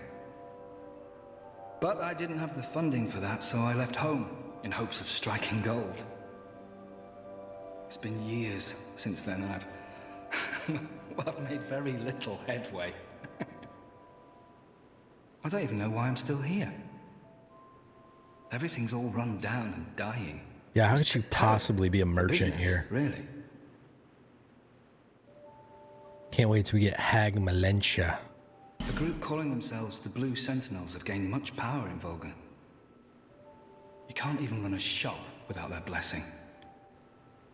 They claim to be working for the greater good, but it's absolute hogwash. They're a gang. The mob. Oh, by the gods, why the hell am I here? Okay, I'm assuming he's not going to have any more. Okay. By the gods, why the hell am I here? Oh, Does have a ladder.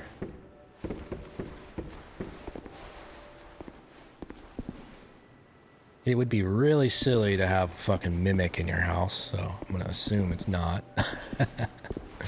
I mean, of course we know that this game has trapped chests, so the first time that happens to us, it's probably going to be pretty surprising. But we don't know if there's mimics or not, so we would definitely be inspecting the chest. What did I just pick up? That was foolish. Should have paid better attention. I don't think it was a soul.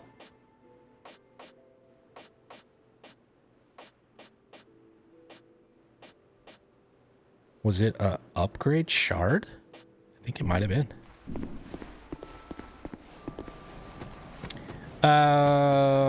Okay.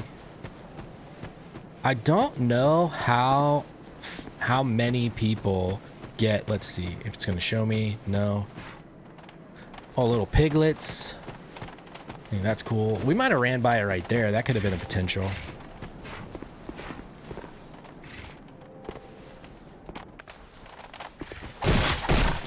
Holy.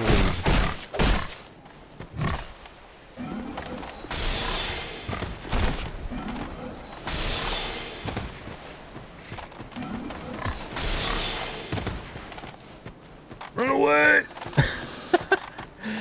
These little pigs, it's crazy, man.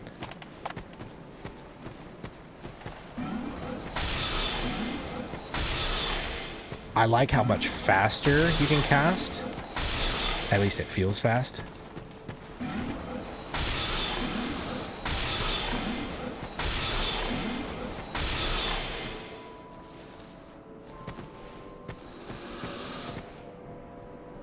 Alright, what are you piglets doing over here? Really? Pigs with a cracked red eye orb? Yeah, see, I'm like trying to see how close you would have to be to get the prompt for this. You don't even get the prompt, you just have to hit it. Okay. It's gonna be, I don't know. I feel like it'd be, most people wouldn't just randomly discover that. Wonder if you knock it, and you don't loot it, if you come back, it's still there. We're not gonna knock it because I'm gonna say that most people don't hit that in their first playthrough unless they're told to, right? So unfortunately, our Estus Flask is going to remain less powerful. We do have this to go down. So we've got two places that we know are left to explore. We've got the place to the left, and then this. So let's check this out.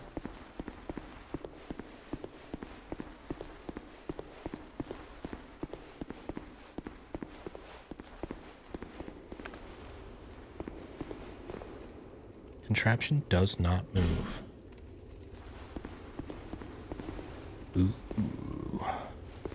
I won't sit. Alright, so at some point we can move this and get some loots.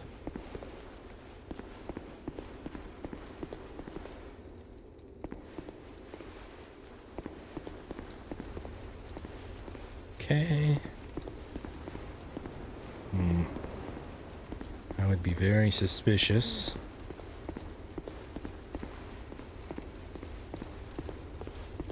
Last time we were on stairs like this, you were walking towards the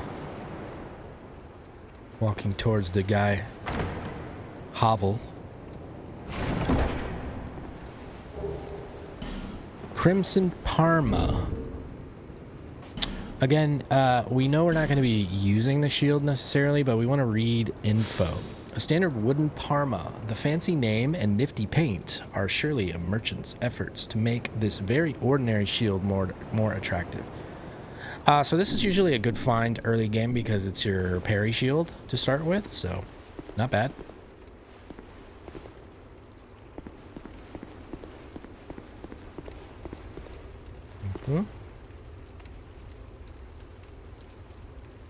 There's no way this kills us, but I'd be curious, right? That would be really frustrating if Dark Souls just kills you for like any level of water. Just want to make sure.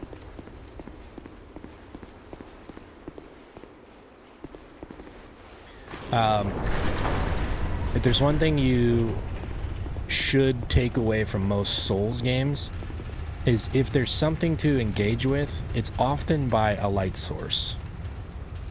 It's not always the case, but if you don't see it, start with a light source. Like ladders have torches next to them most frequently, like contraptions, switches, things like that. Often enough. If you had to guess. So that... Ooh, okay, I was going to say, what does that do? But it just opens this back again. Okay.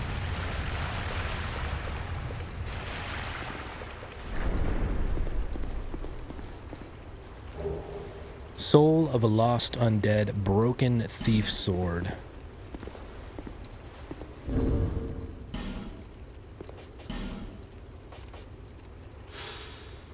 A broken straight sword handled as a dagger due to its length. This inexpensive sword is terribly worn, but nevertheless a favorite amongst thieves. Considering that it's being used as a dagger, it might actually be better damage. And it is. Interesting. Lower durability, which makes sense, right? Unable to use this item effectively with present attributes. That is fucking hilarious. Can't wield a broken sword. Okay. I'm trying to remember, how do we... There we go.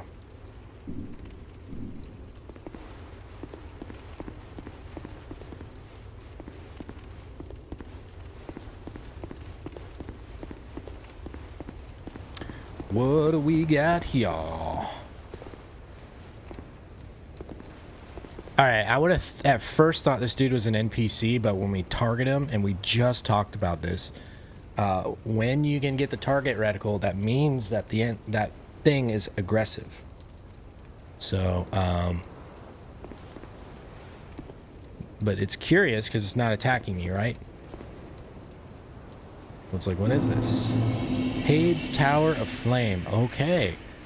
So the NPC told us about Hade's Tower, and now we're seeing all this fucking water here, so we know where we're at. From we could see this like sunken village that I was pointing out. Okay. Immediately this looks like quite a dangerous place, right? I'm wondering why this guy's not attacking me. So I see a bonfire over there. I think I'd be interested in getting to that. I'd be a little bit curious about my 6. I don't know if this guy wants me.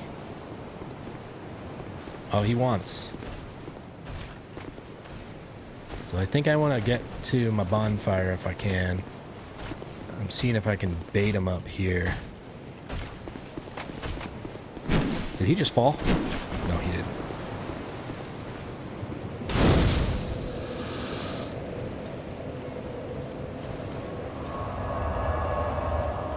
Okay. Oh, automatically. Okay, I didn't know this. We can fast travel immediately, so that makes getting this bonfire extra good. So we can go back to the starter zone. We can go back to Majula. So this is nice. This is nice. Now it's okay to take a little bit of risk. See how much we do.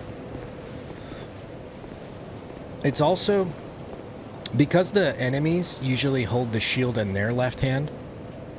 If we're casting spells with our right hand, it's often going to be blocked. So if the spell cast comes from the left, it's hopefully going to be more successful in hitting them. So this is part of why I would typically like to have my caster item in my left hand. We will see how that plays out. And it also allows me to have my melee weapon in my right hand when I need it.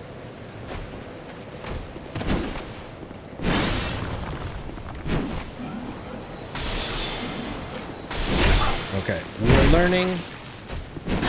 This guy is a beef. We don't do much damage. So I would assume that this area, we can see it already, is covered with these dudes. This is not where we want to be. So we're going to explore that other area that we did not go down. And then we'll have like an idea, like, okay, let's pick this zone. This one seems the easiest to start with. So it's probably where they want us to go.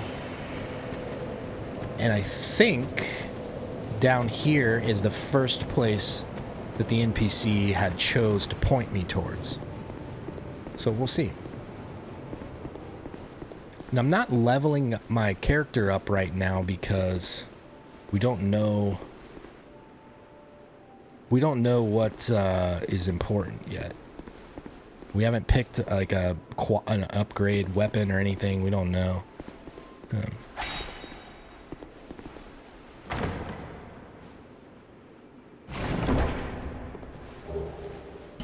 Rusted coin. Okay. We've seen these or similar things in Dark Souls. Temporarily boost luck. Okay, same thing. Crushing the coin temporarily boosts the luck. This rusted coin gives you that little extra bit of luck, making items and the like easier to find. The coin is engraved with the image of a god that was once worshipped in ancient times, but no one knows its true origins. In your game, yeah, you just killed the shit out of them and they're just never there anymore. Makes sense. It is an interesting feature they have in this game. That sounds like some wild rushing water.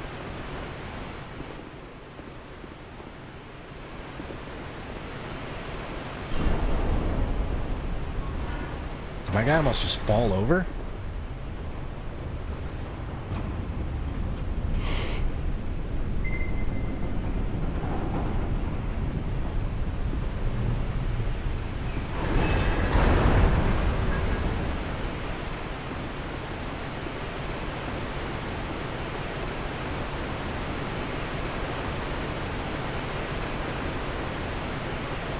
Okay. Is there something over there? What is that? Oh, it's just a rock. Alright, we got a wooden chest and an item.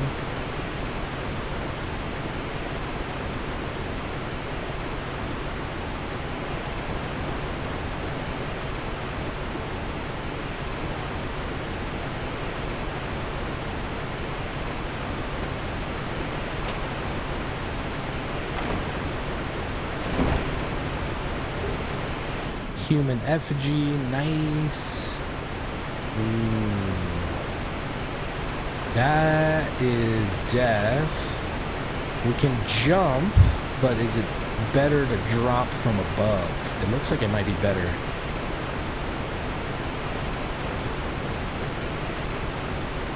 Let's see what's over here.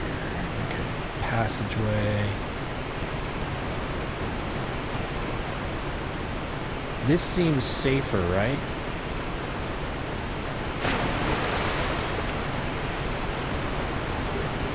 Homeward bone.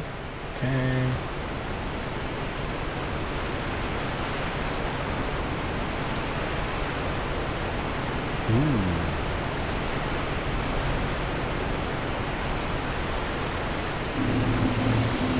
Forest of Fallen Giants. Okay, this is where the guy... Oh, shit! This is where the guy told us to go. But immediately, we see enemies that we are used to fighting, or close to, right? So... Whoops. Oh my god. Okay. This tells us we should be here. This is where we should be. Context clues. Enemies are actually killable without spending a day fighting them. Alright, we can see a bonfire off in the distance, so I think it makes sense to start there if we can get by without aggroing. It seems very apparent to me that the enemies have an aggro radius further than I would expect.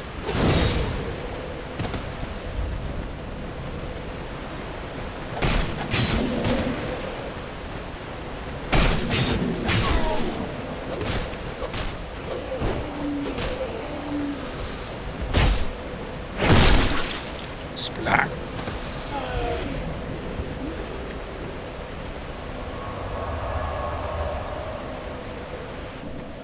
All right.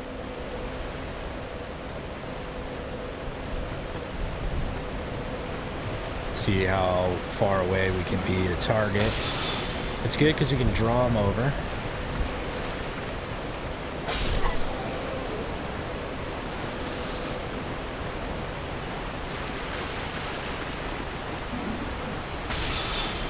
Come to Papa.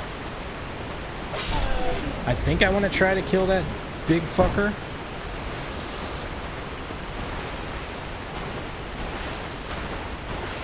Where was that one guy that ganked me? Where was he hanging? Oh, he's just sitting there in the corner.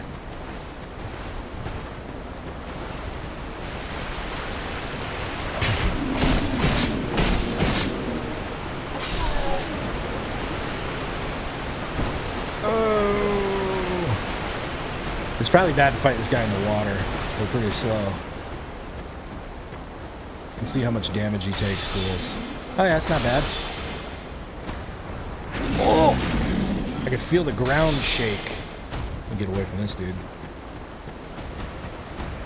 Whew. Don't do that to me, camera. Oh!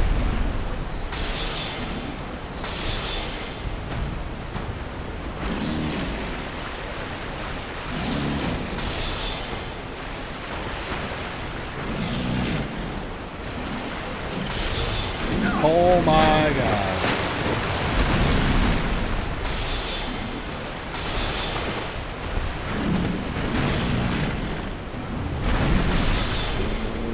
Yay! Decent amount of souls, but not really? Huh.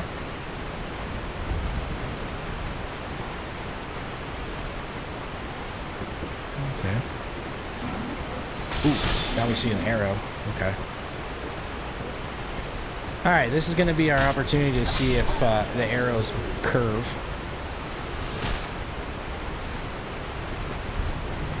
It doesn't, like, if they are, it's not anywhere near like the other game. And I think it's because they're faster too.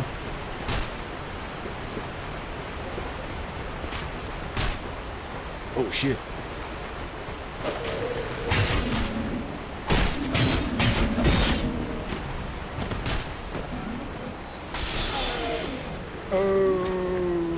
I've never seen an enemy with a shield in there. Oh. He predicted where I was running! Oh! Where did he come from?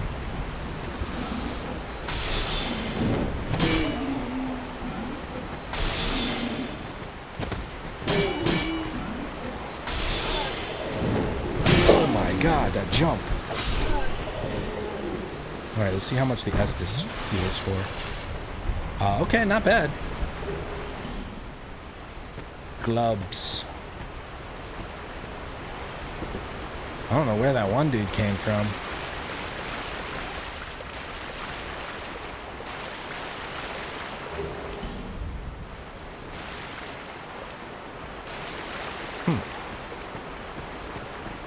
Ooh, yeah. Loot's on the hill. Okay.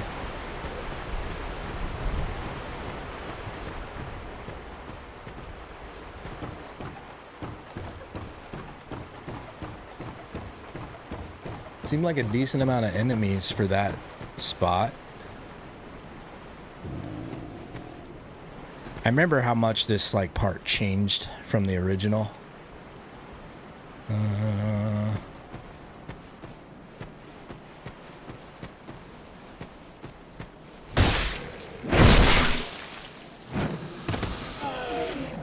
Oh, because I think this was like your first encounter with one of those Knights of Alan.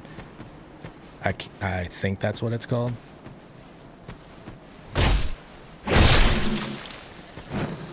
It looks nice that if we can continue to clear them out like this, though.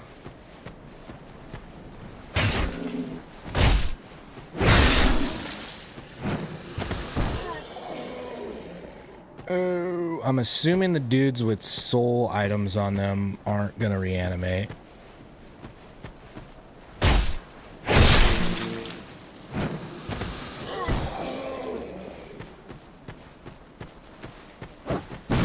Whoa!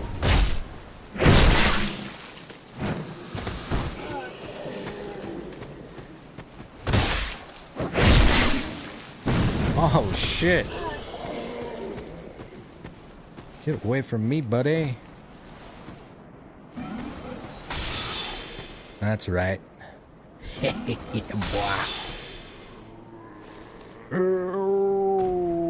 Oh, that's what I wanted to see. Thump. Take that. Oh, shit. Now I can't remember which ones I've already killed. Let's continue to keep going around. Make it easier.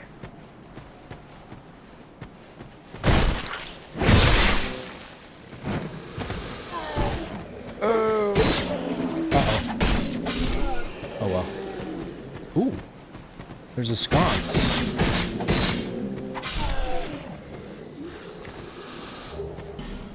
We're gonna have a full hollow infantry set in a second.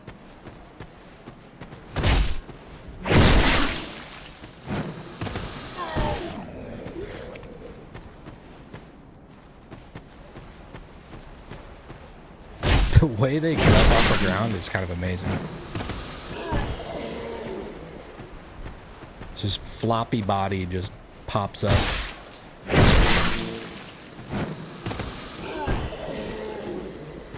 Oh.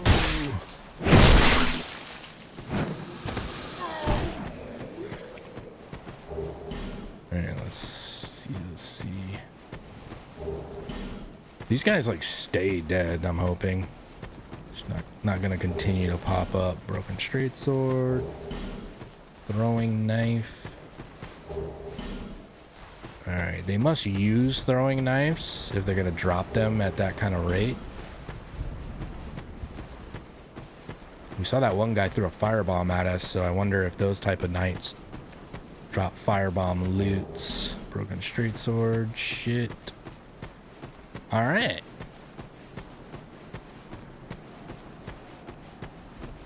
It's a weird place to put a sconce.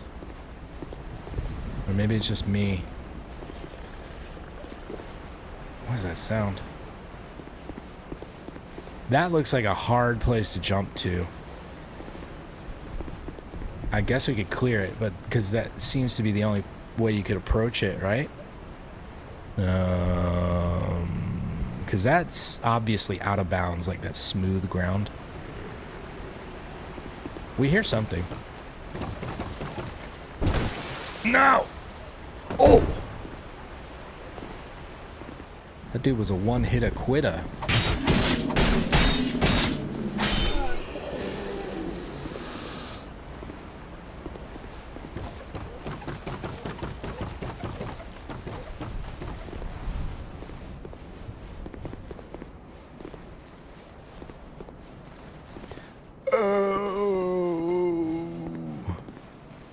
Well, that one knight we killed up top, so there's one less enemy up here that we have to worry about.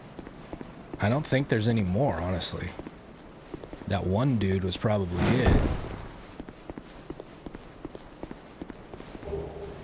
Okay. Finally got an actual melee weapon. Can we use it? That's the question. Alright, let's read. Small straight sword, longer than a dagger, but still lightweight, widely used as it requires no particular strength. A reasonable choice that will suffice in many situations, but not the thing that to take along if you expect to face any serious challenge. Unable to use this item effectively with present attributes. We suck.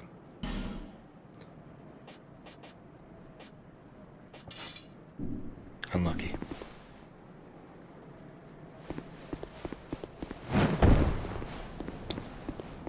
Oh, there's an item up there. What is that? Oh.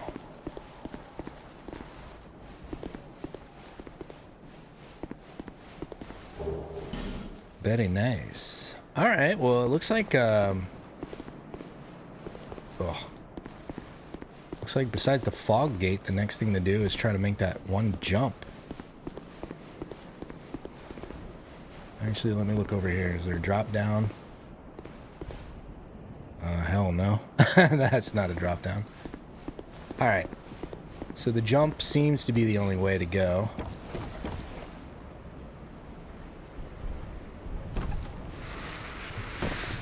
Hopefully that loot is worth. Can't really. I don't think this would kill us. Oh my god, it didn't work. Oh my god. It didn't even try to jump. I can't believe that killed us. Wow. Wow.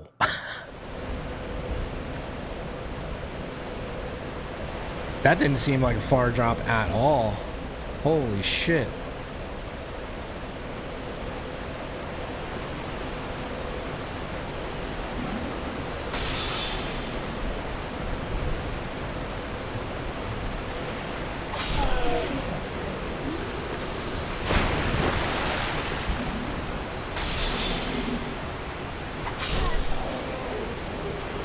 Alright, let's get, we pretty much know what we're facing here now. Looks like an enemy here, and then the archer dude. Yeah, the archers predict. That's crazy. If you start going in one direction and then stop, they'll overshoot you by a big margin.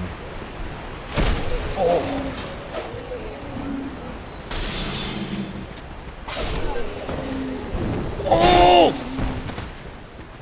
I didn't know where that guy ever came from. Oh my god, he held that for a while.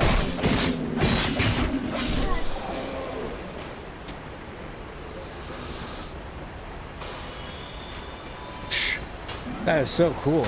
I like that they do that. That's why the arrows don't curve anymore, because they lead you. I don't know if I ever noticed that. That explained why I got hit when I was trying to run by the archer. Because I'm like, you can always run by an archer. Their fucking shots just shoot where you were at when they let loose. But no, that's good. That's an improvement overall for sure. Ooh, short bow. Okay.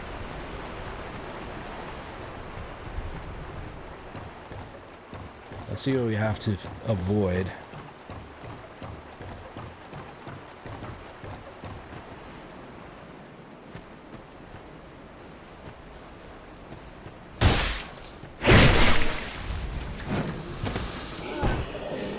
To fight through too much stuff, at least.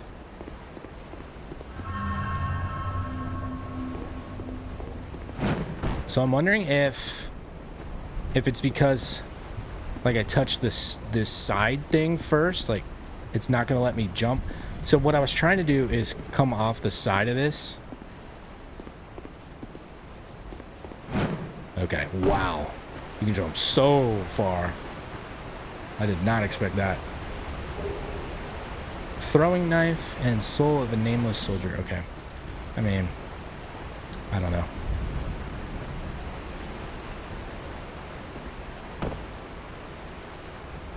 I can't believe that fall killed us. I don't know. I mean, it would definitely hurt, but death? I don't know. That's kind of weird.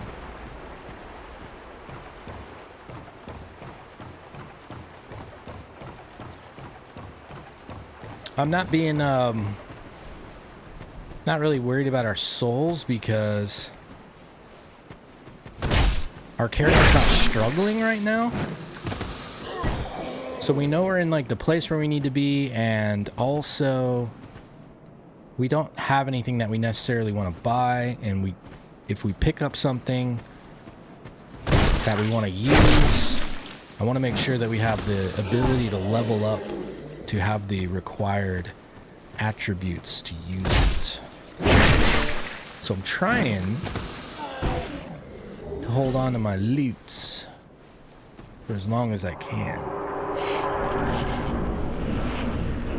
Part of the reason it's a little bit easier to do that is because we are a caster. So we have... Ooh, that's cool. We have ways to... Are these like sleeping soldiers?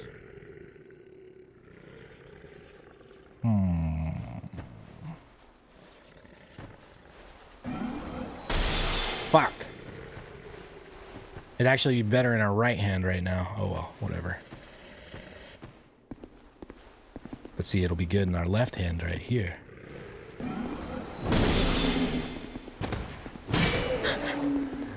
You know I can't stand those slow-ass swings. It's not as bad when I'm not trying to parry it, but still. Any other,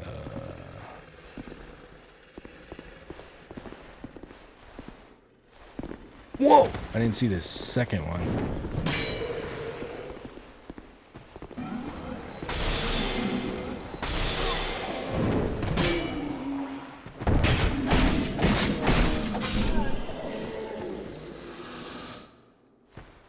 Alright, now let's drop in here. Oh, hello.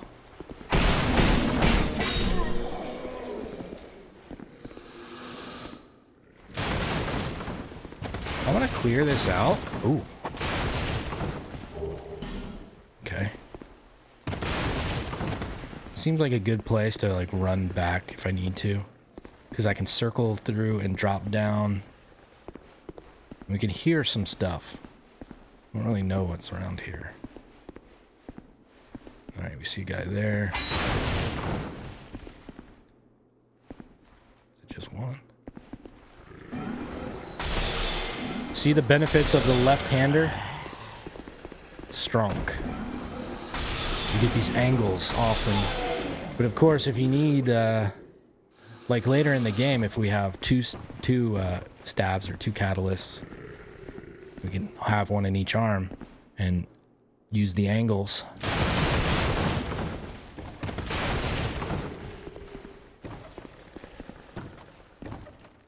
The game is nice enough to make these enemies audible. Booty loots. Something follow me in here?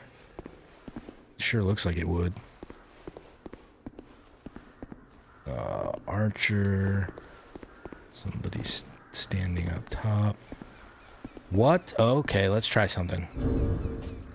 Just thought about this. Let's see what we can pull off here.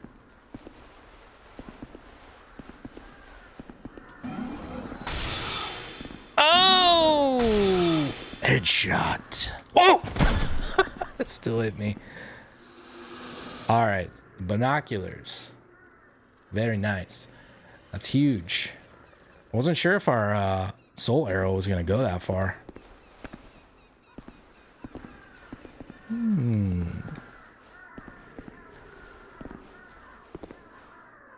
That guy's got his back to us, so that's good.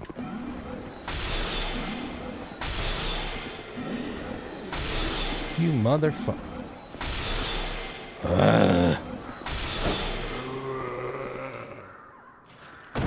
It looked like he was gonna attack us, so maybe that's why we were able to hit him there.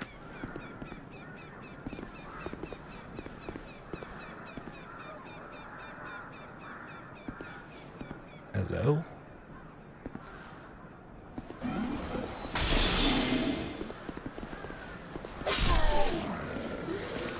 Ooh, I heard it.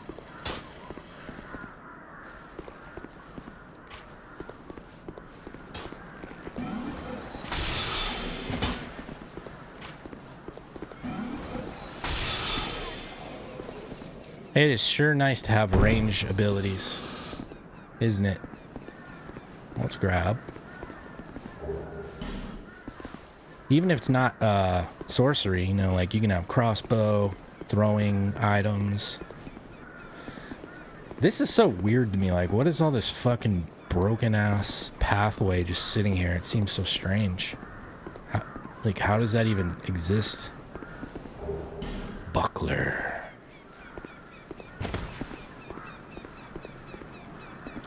It's probably worth having that on if our roll doesn't. Oh my god, I can't even fucking use that shield. You gotta be shitting me. No, we suck.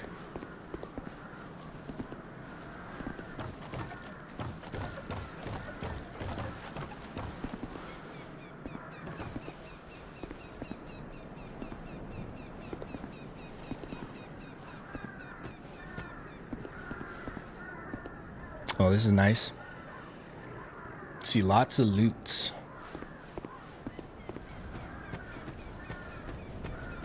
More loots.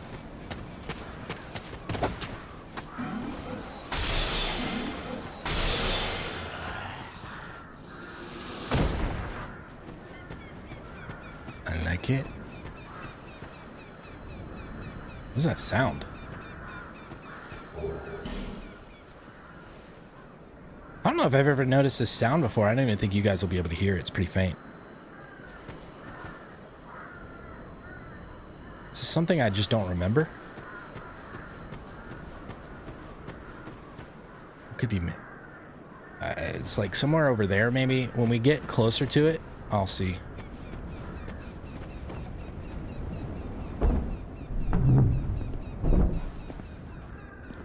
Ooh, bonfire.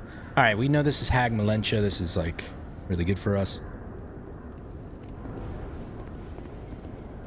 I wasn't hearing the Crystal Lizard.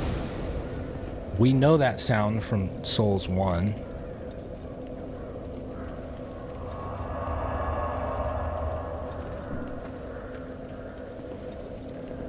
This animation, this fucking character design is badass.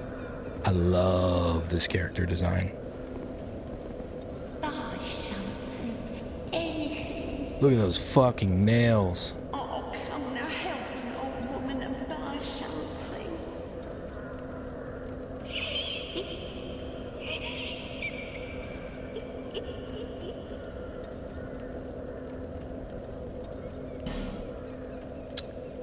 Alright, broken straight sword? Sure, I'll buy that. Hand axe, club, cestus. Whoa! I just hit my paddle. That would have been bad. Buy a cestus for no reason.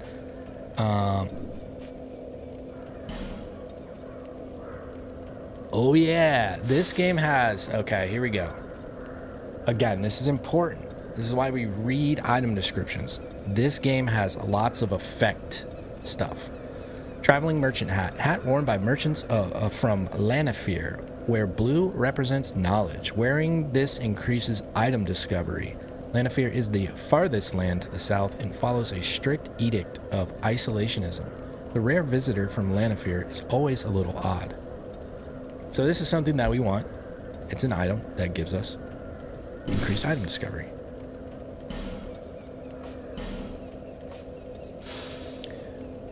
Merchant coat worn by merchants from Lanafir. The eagle is normally a symbol of strength, but in Lanafir it symbolizes wealth. Lanafir is the farthest land to the south and follows a strict edict. Okay.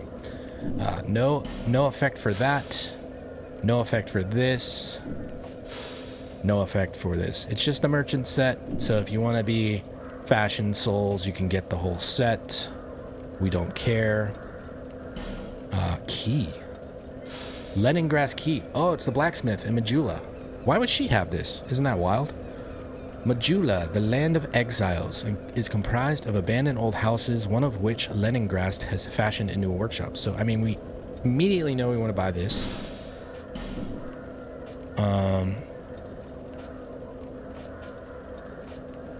We just picked up some witching urns, but we didn't read about them. A small clay urn enwreathed in magic explodes, inflicting magic damage. Okay, so this could scale, potentially, with our character, since we would be a mage. So it's something to pay attention to. Created in Melfia, a land that flourishes with magic and pyromancy. Though the magic contained in the urn lacks potency, it is a boon to any inexperienced traveler. I didn't think about this. I didn't think about pyromancy. I wonder if... We'll have to see how pyromancy is treated in this game. And I wonder if hexes are considered sorceries or like dark miracles. I think those two are like things that we'll have to think about. If hexes are like sorceries, then I'm definitely going to use them. And if pyromancies are sorceries, I don't know. It seems like too much at our disposal, potentially, if we allow pyromancies. We'll have to consider it. We'll see. Bright bug. What's this?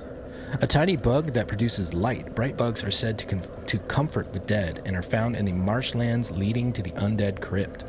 By ingesting a bright bug just before death, the moment at which they glow most brightly, one attains great power for a short time, often utilized as a last resort for adventurers who have lost their way. There's no effect in other worlds or for phantoms. Okay, so interesting. This is crazy good. Inflict more damage and receive less? I thought it would be something like do more damage, receive more damage, but this is just a massive boon. Very nice. Pharaoh's Lockstone. Stone activating a creation of Pharaoh's the Vagabond. Pharaoh's the Vagabond was a legend who wandered the lands, creating contraptions to help those in sincere and dire need. The scope of his travels was so wide that Pharaoh's has been mistakenly credited with many inventions that were crafted by others. So, stone activating a creation of...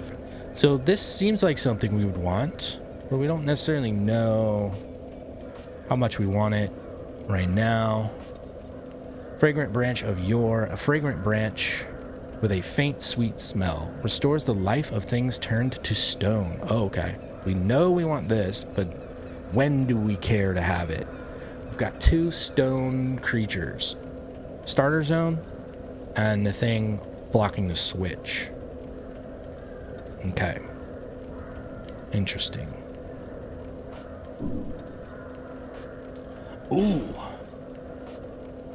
So we could double up on Soul Arrow. I wonder if it works like that in this game or not.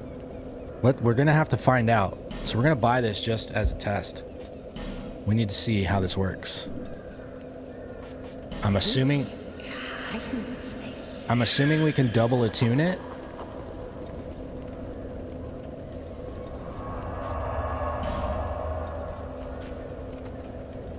We don't have enough attunement slots. Okay, and if you notice, we can't level up at bonfires, so we actually have to go back to Majula to level up. So the Emerald Herald is truly what we first thought with her dialogue to like bring her souls. So she is our level up vessel. All right, let's talk. I knew you'd be back.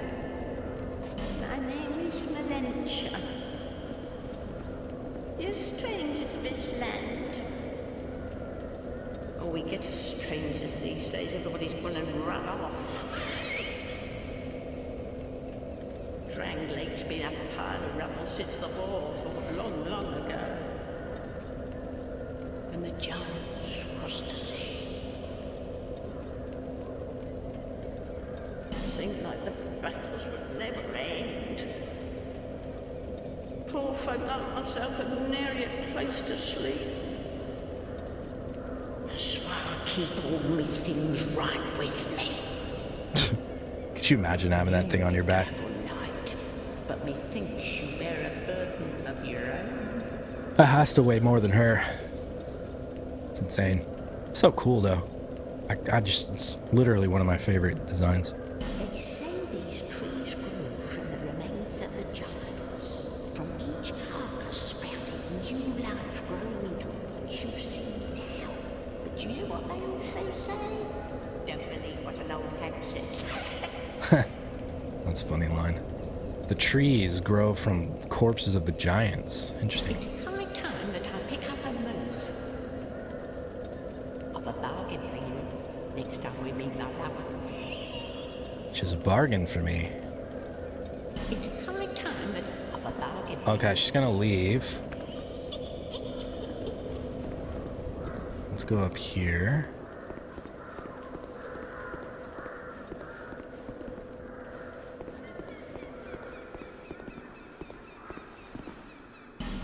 Alright, his door's broke to shit. This is one of those that you can kind of tell. Oh, it's dark in here.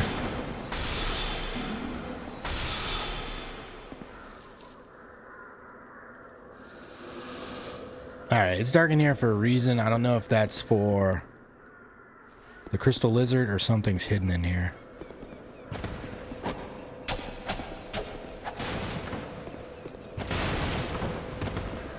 Oh, there's a chest. Is there an enemy? 2 Titanite shards. I don't know if that's a good score or not.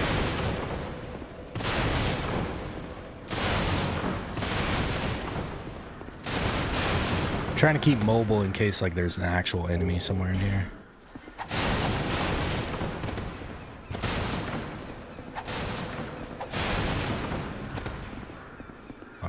Think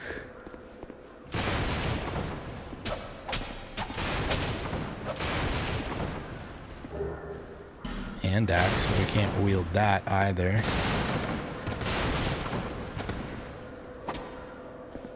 Okay.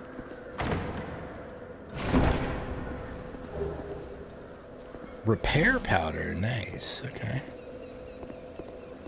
Ooh.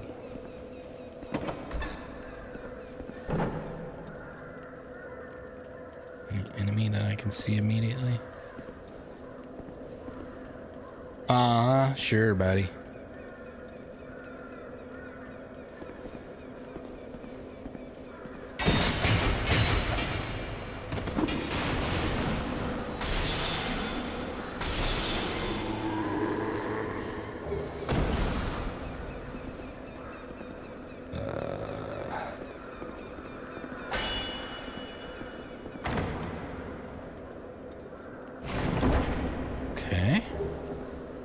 White sign white sign soapstone and radiant life gem.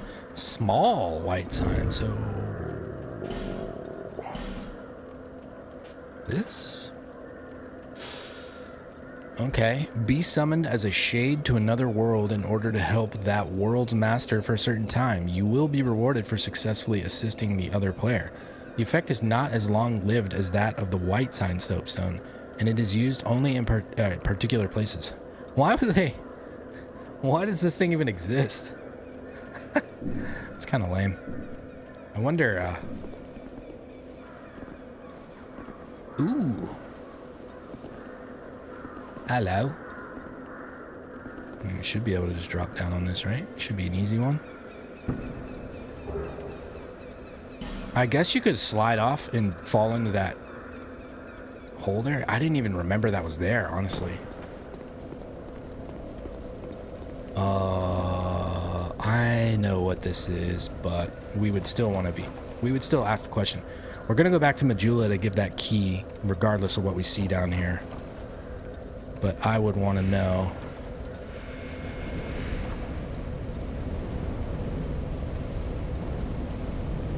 Alright. I'm not necessarily scared of these enemies right here, but obviously, like, this fire shit and that thing. This looks like serious business. So we're going to go back to Majula before we mess with this place.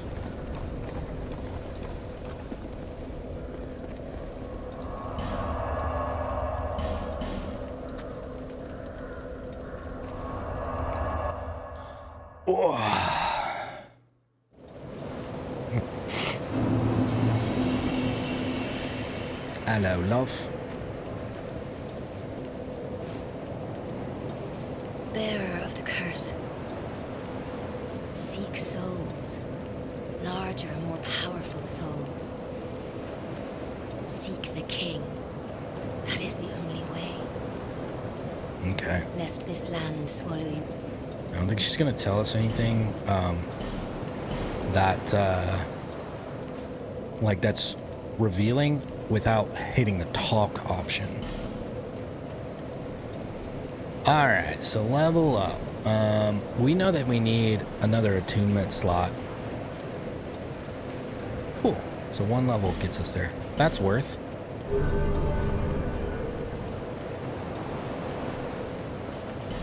Now let's see how this plays out. We should have 60. Okay, cool. That's nice. That's going to be really valuable for us for now. Let's open this dude's place. I'm going to see if there's loot in here before I tell him that it's open. He should give us a reward.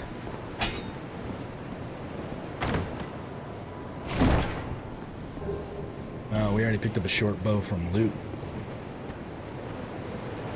Ah, yes, very good. Now I can get to work. But first, let me set up. Come again later. Yeah, it's funny because they, like, obviously wanted to save themselves the hassle of having to animate the guy, like, walking in and setting up and all this shit. So they just do this all the time, like, go somewhere and come back and I'll be ready. Ah, yes, very good. Now I can I like get it. to work.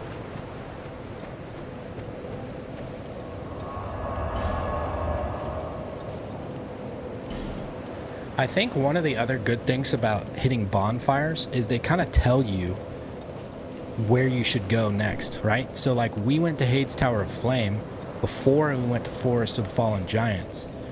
But Forest of the Fallen Giants shows up in the travel system before that. And it's not like it'll slot it in each area where you find it. It actually, like, shifts things around. So this is kind of weird that it would put things betwixt second to Majula. I think they do that because they know that you're going to travel to Majula like a bajillion times, so they want it in the first spot that you load into. I think it's just a convenience thing.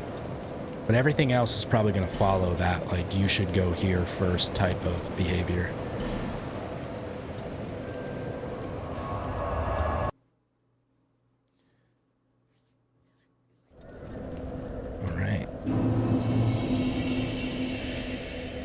She's still here.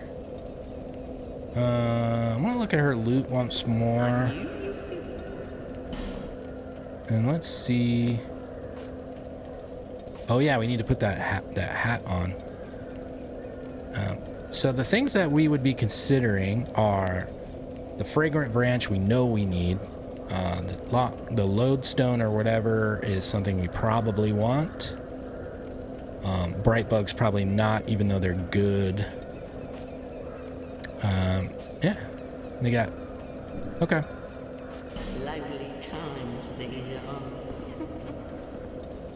We got 2 avenues. We got a lot of loot down there that we saw, and we got this thing. So I guess let's check this out first. And I almost forgot to put on my helmet thing. Increased item discovery. Oh, yeah. I don't think I have another ring, right? Okay. And I can't forget about those rings in Majula. Like, those are going to be valuable if I want to get those, so... Can't lose track of that. Oh, I saw that guy stand up. What? Why is my guy hollow?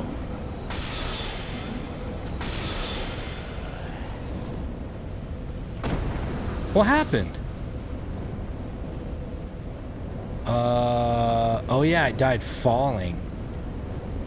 That's right.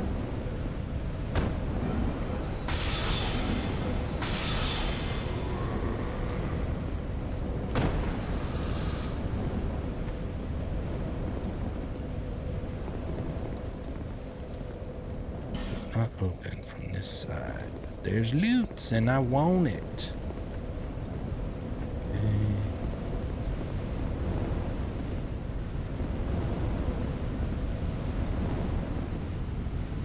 Fog gate.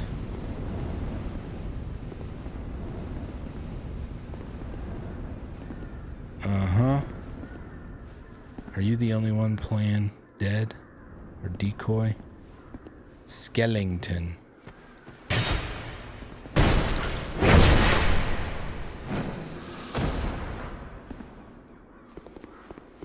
Huh. Alright. I can't be sure that I want to go through that fog gate just yet, so let's check this out. Damn, dude, that looks crazy. Well, we know we can't survive that drop, even if we wanted to. We can't trust any of these fucking things.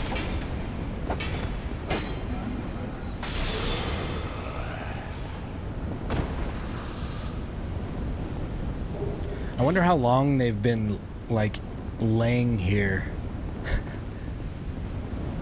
Why else would they be laying on the ground? It's not, you know, they're not trying to, like, set a trap for me. They're just laying there, because what else would they be fucking doing at this point? Everything's locked. Alright, well, let's try the fog gate. See what that does.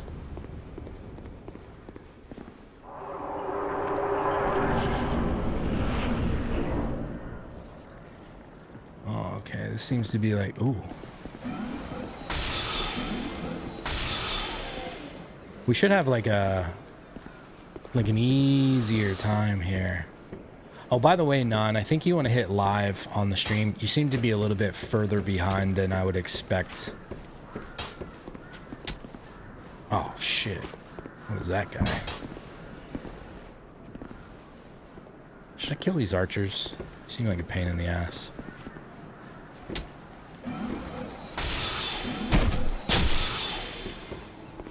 Jesus, that guy's hitting me from far away.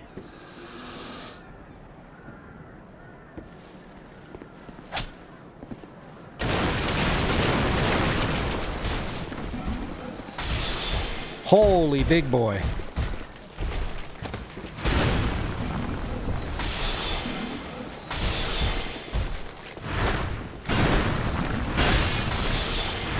Oh, couldn't tell the range on that thing.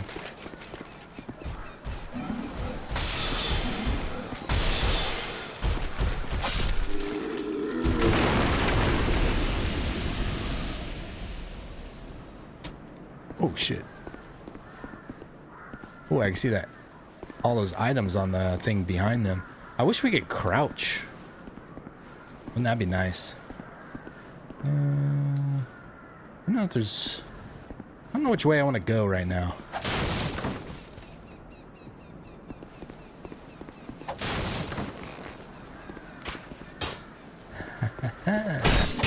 Tricked ya.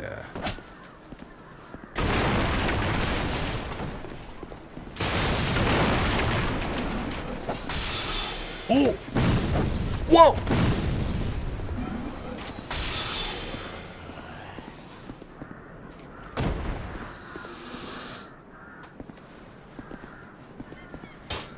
What the f... Oh, it's still that archer. Dude, that guy is... He wants to kill me. Bad.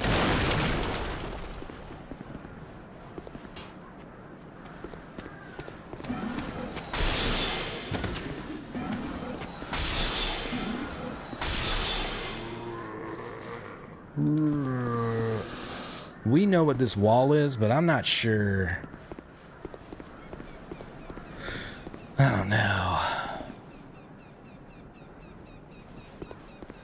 Like, yeah, we haven't seen any cracks like that on anything else, but I mean, I think it's just super noticeable because we know it's there.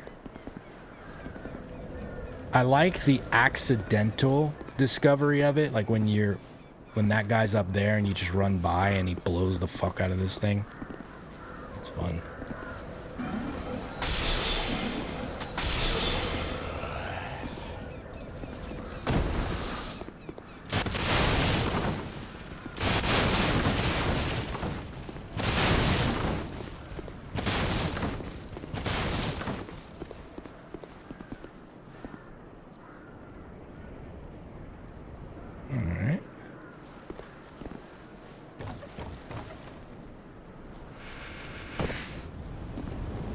One thing that I noticed is you have to hold down and B or circle or whatever to slide down the ladder. In the first game, you just held the button and it would go.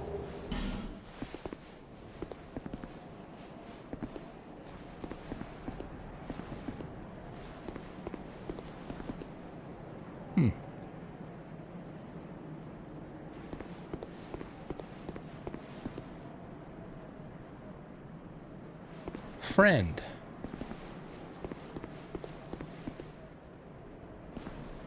Hello there. Traveling all alone in these treacherous times.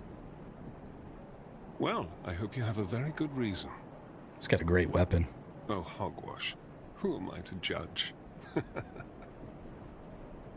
My name is Pate. I journey hither and thither on a sort of treasure hunt, you might call it. Be careful out there. There's talk of unsavory bandits who prey upon travelers like yourself.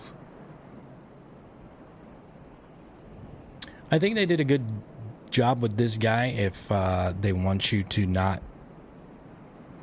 necessarily think he's bad.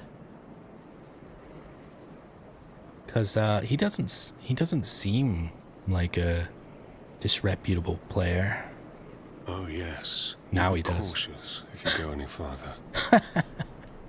There's treasure in there for certain, but the entrance locks from behind. I saw the same design earlier, and it's the same contraption, I'm sure. I was with this warrior, you see, and he insisted that he go inside first. The rather brusque fellow tried to swipe the loot for himself, but it trapped him inside. I still have the gent's ring. I do hope he wasn't harmed. It's interesting.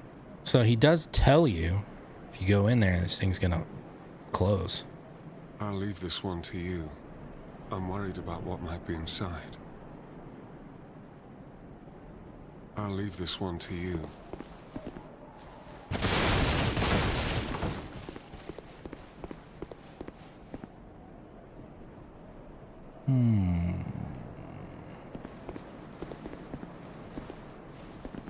I mean,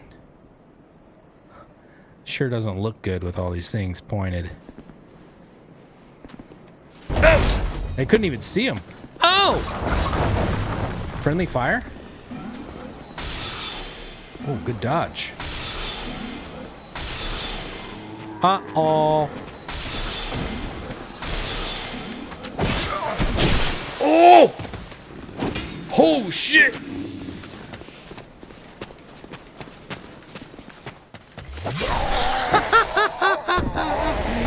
There's our first experience where you learn the hard way that using an Estus flask in combat is suicide. You can't fucking move when you start to drink that thing, and it takes forever. Yep. So Estus flask should be like to just heal yourself when you're out of combat, and the gems should be used in combat, in my opinion. All right, that was a good experience. Okay. Ooh.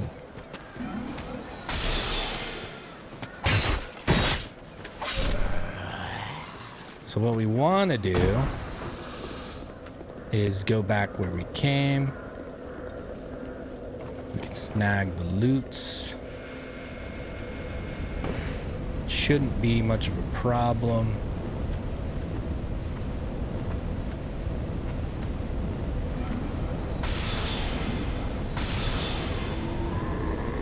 I don't think this guy's gonna come after us unless we attack him.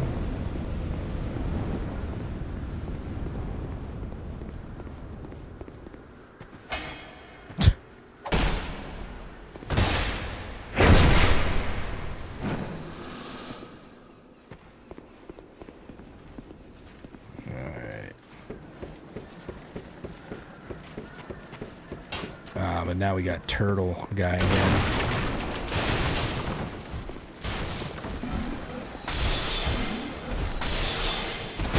Oof, that was risky.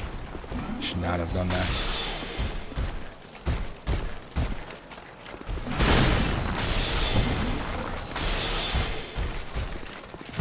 Oh!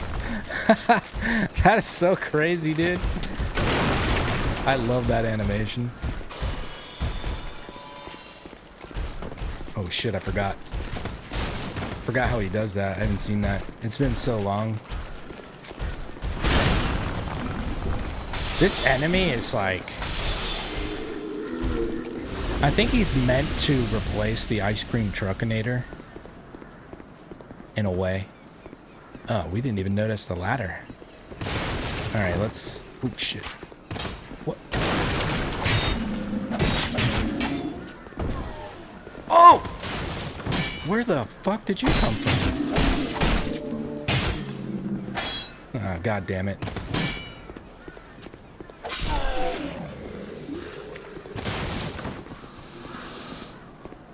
There's a lot going on here.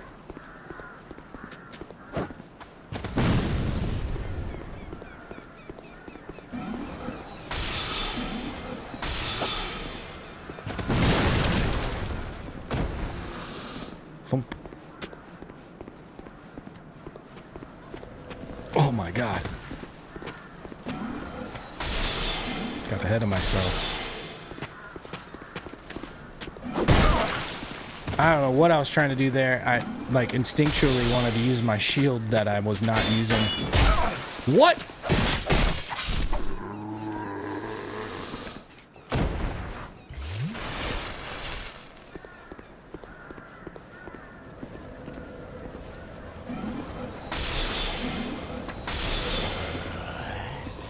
Just shit an item.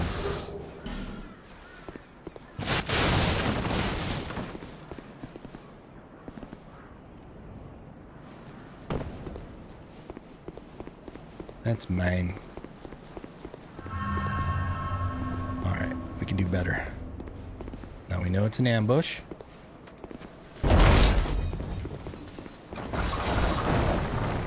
Ah, there was friendly fire.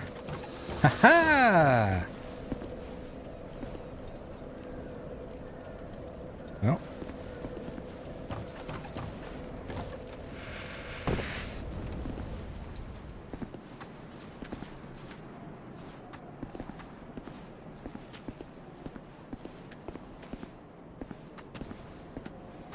There's like 3 or 4 of them that will run out.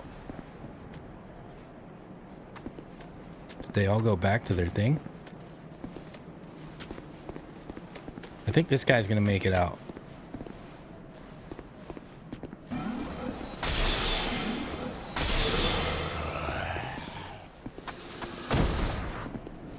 Skirt.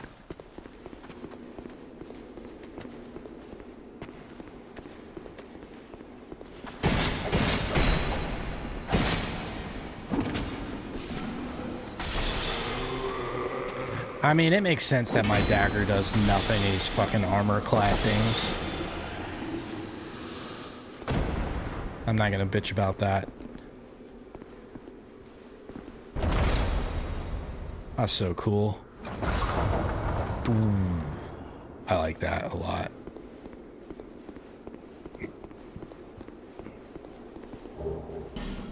Blue wooden shield. Great soul arrow, yes.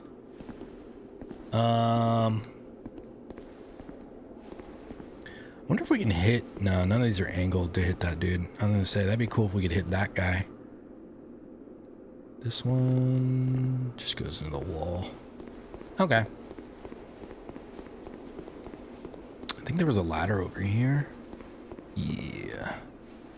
What about... Looks like there's angles to see things, so let's get vision. There's a chest. And a door. I'm sure there's other stuffs.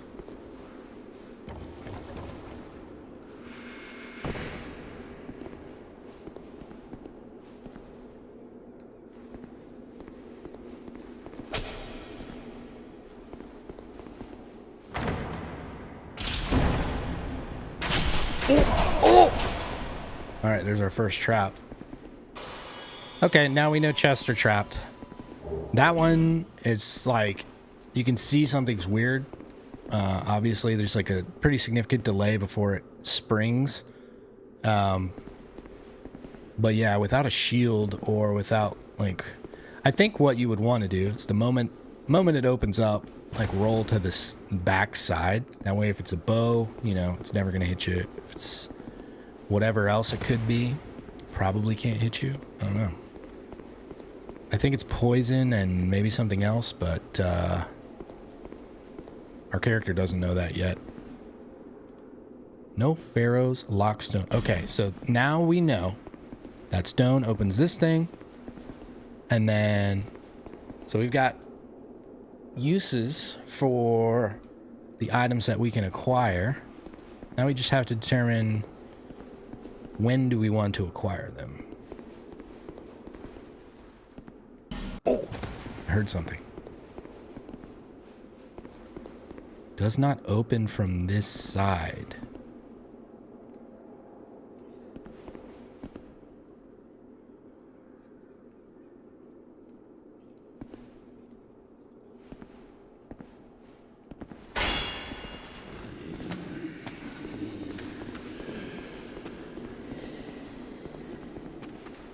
Did they break the door?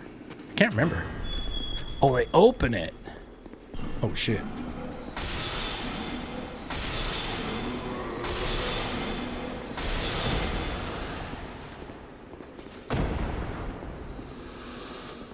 That would have been impressive. Oh! Was there something in there? That'd be impressive if they break the steel door or whatever. Oh, that guy's just walking around like a doof. You big derp. There's no way there's more than... Oh my god, it's so dark in here. What the fuck? Chest? I'm just gonna dodge roll every time I open a chest now. It's so delayed. Life ring, okay. Large shard though, that's good, I think. Wait, check the walls. It's so dark in here. Okay, I guess the ring was the big reward. Well, the upgrade material. Huh. We're gonna have two of these same rings? That's funny. Let's see what our HP is. We're 832. Can we wear it? I didn't think so. Okay. Lame. Our starter item has already been trivialized. Another reason that once you have played this game, you would know, okay, I don't want to take that ring. It sucks. It, like, probably never makes a difference. I mean, so rarely. Guess we'll go this way now.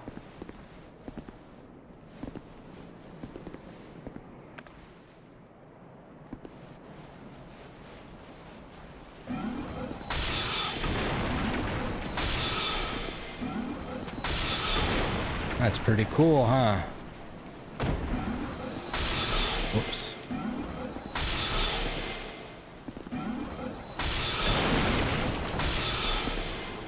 Nice.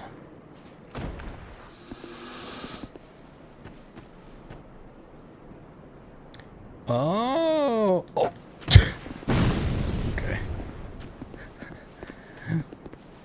I genuinely didn't remember those guys were up there. If I did, I wouldn't have looked at them.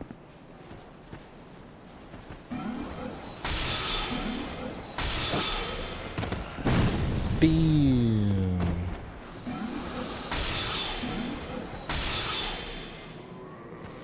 So this is base, by the way. We haven't upgraded our staff. We haven't improved our stats in any way. So chopping that tree down. So we haven't improved our casting ability in any way. Whoa. That game just crashed hard. Did not like me rolling into that fucking barrel. Well, that was interesting. Let's try that again.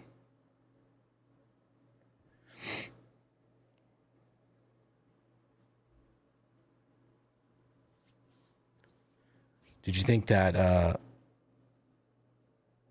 that glitch that's been happening to me happened again there? I kind of thought so at first. I was like, what? Let's see where we're at. This is scary. Please don't lose a bunch of progress somehow. Corrupted game save. Alright, sweet. Thank God. Why didn't you like it?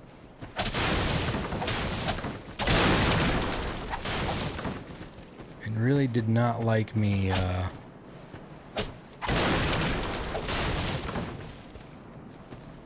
jumping over there. I can't decide which way I want to go. Those guys just look like Goombas. There's a ladder. Yeah, a good reason. I would have thought that too. Oh shit! Alright, I don't know what's going on, but I'm going up the ladder.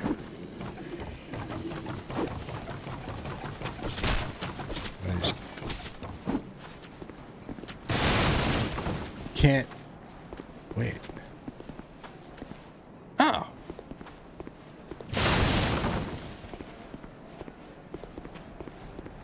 Oh, that's where I shot the two dudes. Light crossbow. Nice.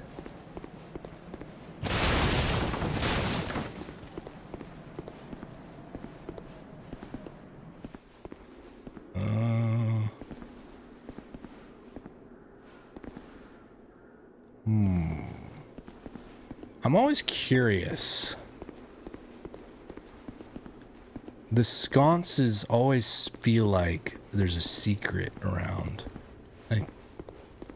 Oh yeah, the shadow. You can see it. Forgot about this stuff. Small, smooth, and silky stone. Oh, they couldn't even like... They named it exactly what the crows asked for. That's funny as hell.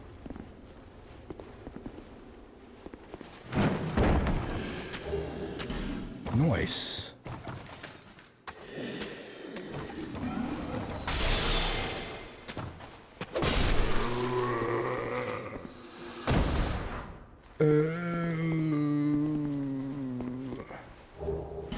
Oh, I bet there's some sconces where you, like, they're not lit, and then you light it up, and then you can see one of those shadows there.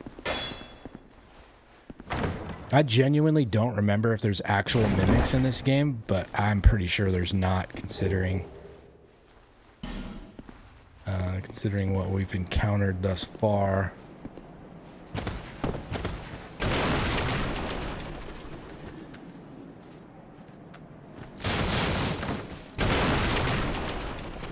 Oh, shit.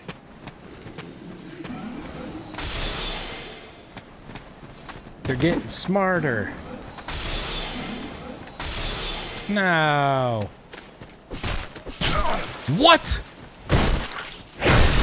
What did he just hit me with? Did his arm going backward? What, he like elbow me in the side? What?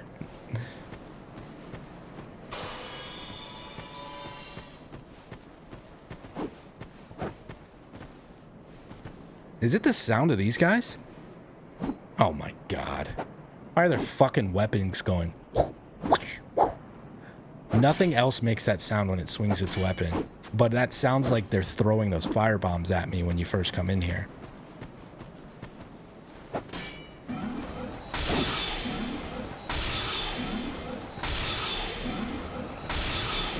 I don't recall the significance of them doing this, but I'm pretty sure it's to like bring your attention to these giant trees, because like probably not gonna realize what the fuck these things are.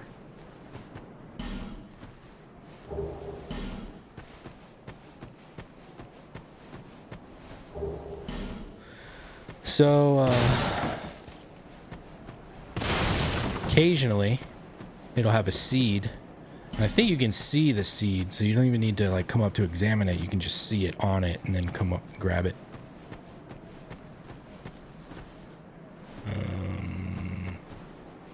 Any reason to go the other way? I'm trying to remember.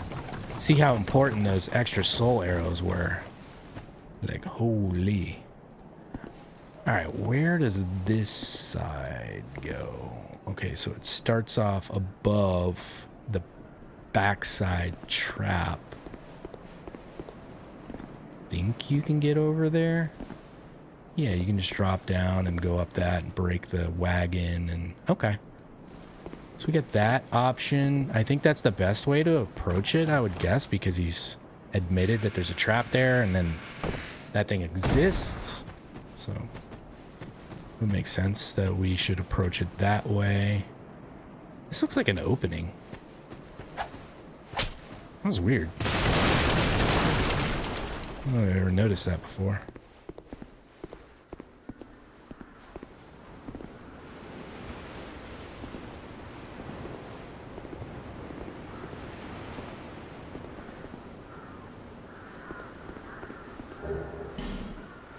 Picking up some loots.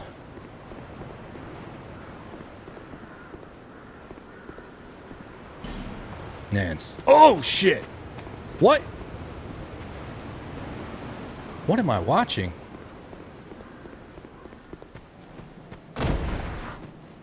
What the fuck?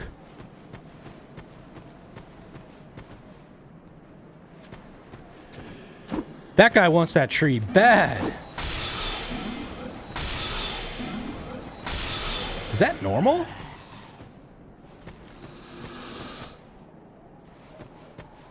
What the hell just happened? I've never seen that before.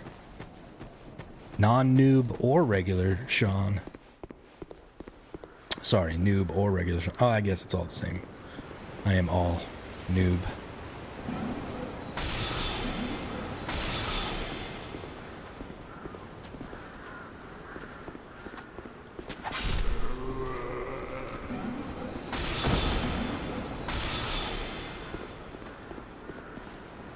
Come to Papa. I don't know what's in that doorway, so I don't want to kill him right in front of it. Oh, it's Foggate. Okay. Give me that loots. Oh shit. Turtle guy. Huh. Loot on the sword. We only have 5 soul. Oh. Oh yeah, that's right though. We have those herbs. Wait, you know what? I feel like I should make distance before. Oh god. Oh, that was a mistake.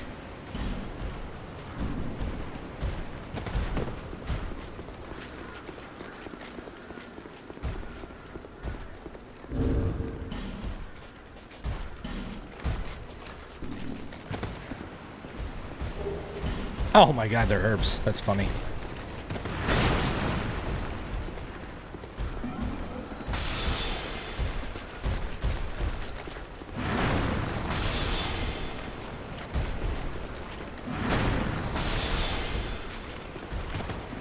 Trying to bait out his attacks by being in a certain range. How long does this take to consume? Oh!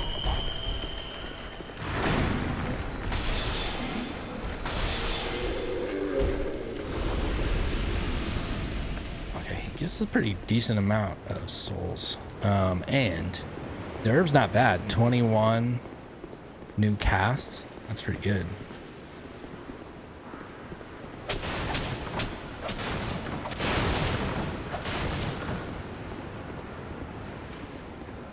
Okay.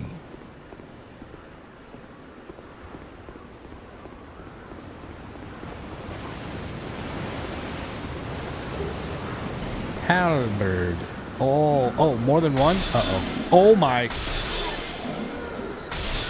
Oh my, there's 4?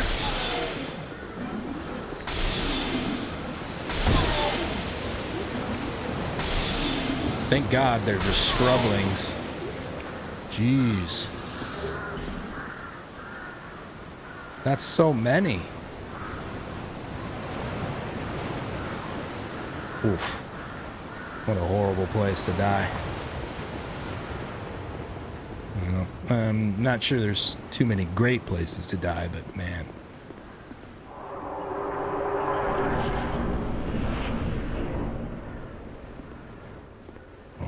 Okay, we're in the back side of that fire room. You got a bad dude there. Can I target this guy? What the fuck? Is he supposed to be pretending and it won't let me target him? I think that's what's going on.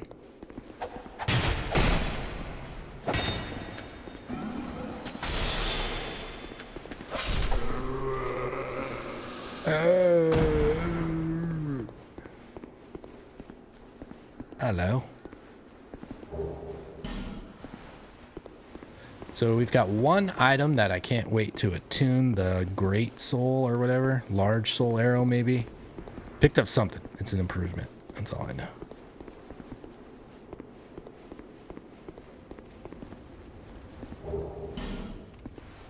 Fire arrow. Ooh. A lift. Alright, this is good. We opened up a back door because our bonfire is like right here too. Where the fuck does this take us? I think it's foolish to go there now. Let's...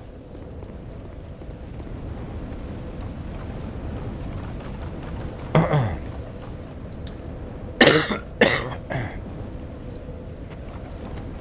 just had this... I was just about to say... That guy was missing. And I was gonna say... I think he was the dude that fucking sprinted over to that tree. Does he climb the ladder?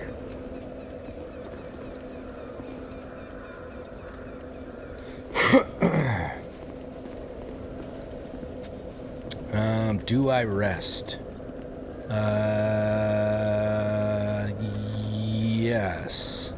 So we buy the lockstone thing, and that's not like too heavily guarded. But the, and then the other area is, we just open up a shortcut to it. You again?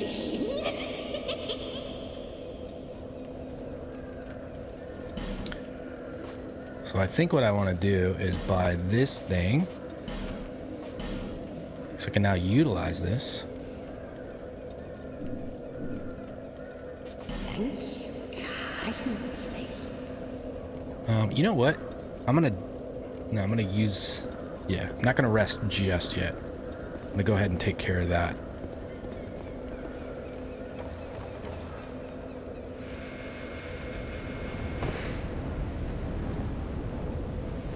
And I'm gonna go the back way. Where the hell did that guy go again? He's got some weird code. He just runs around and does stupid shit, I think. Oh yeah, you gotta be careful. These dudes just like spawn in and fall from the sky. It's pretty startling. Yeah. That's all you're just hearing. Those dead bodies just collapse.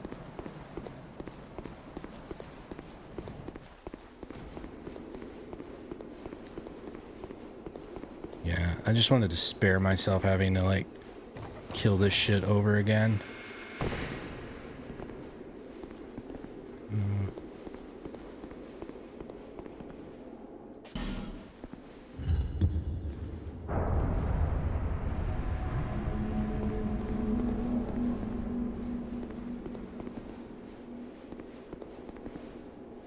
It's so cool. I don't know if it's wise to like stand next to it like that, but God, it's dark as fuck.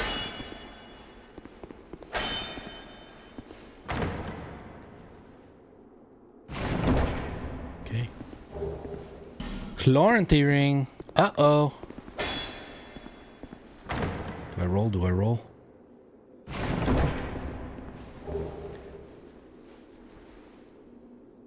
Is that a slab? What the fuck? I didn't remember it being that good. And Chloranthy ring is huge. Oh, slab. That's crazy. So this is going to be really good for our casting recovery. So, I mean, like, Chloranthy ring is great for pretty much any character. But this will be very good for our casting recovery. Oh, yeah.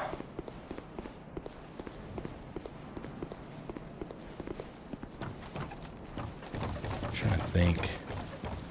So, I guess it's this thing. If we wouldn't, I don't think it's going to happen. That's not going to open up for us accidentally. We're never going to just fight, like run by the guy who throws the pyro bombs because we're a ranged character. So we're always just going to kill him. It doesn't make any sense to leave him alive. Okay. Just because of the time, I'm gonna rest and wrap it up here. But we've got some good action in front of us in tomorrow's episode when we kick things off. We know that I don't think you can avoid the pursuer. I mean, it's the pursuer, right? Like, we're gonna find that guy. We're gonna find the giant, and we'll probably go to Hade's Tower after that, I would imagine. I think we'll get all of that done in the next episode. Maybe more. It just depends, because we're going to be exploring. We're playing as a noob. Like, we're scouring. And we're not going to be playing in optimal fashions, but it's fun. It's fun to go through it. I appreciate you guys joining me for sure. I guess I could be in chatting mode, but this is good enough. Please do join us on the Discord. Type in !Discord in the chat. It'll give you the link for that. And if you're thinking of ways to support the channel, there's 2 ways that really help out everybody. It's not just me, helps out your fellow viewers and the community.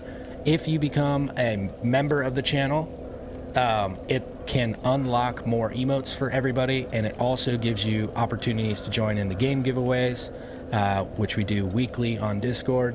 So there's perks, potential rewards for that. And then if you can boost my Discord channel, so if you're a Nitro member or anything like that, that is really helpful for me. I've been spending hundreds of dollars on Discord every year. I'm not going to do that anymore. So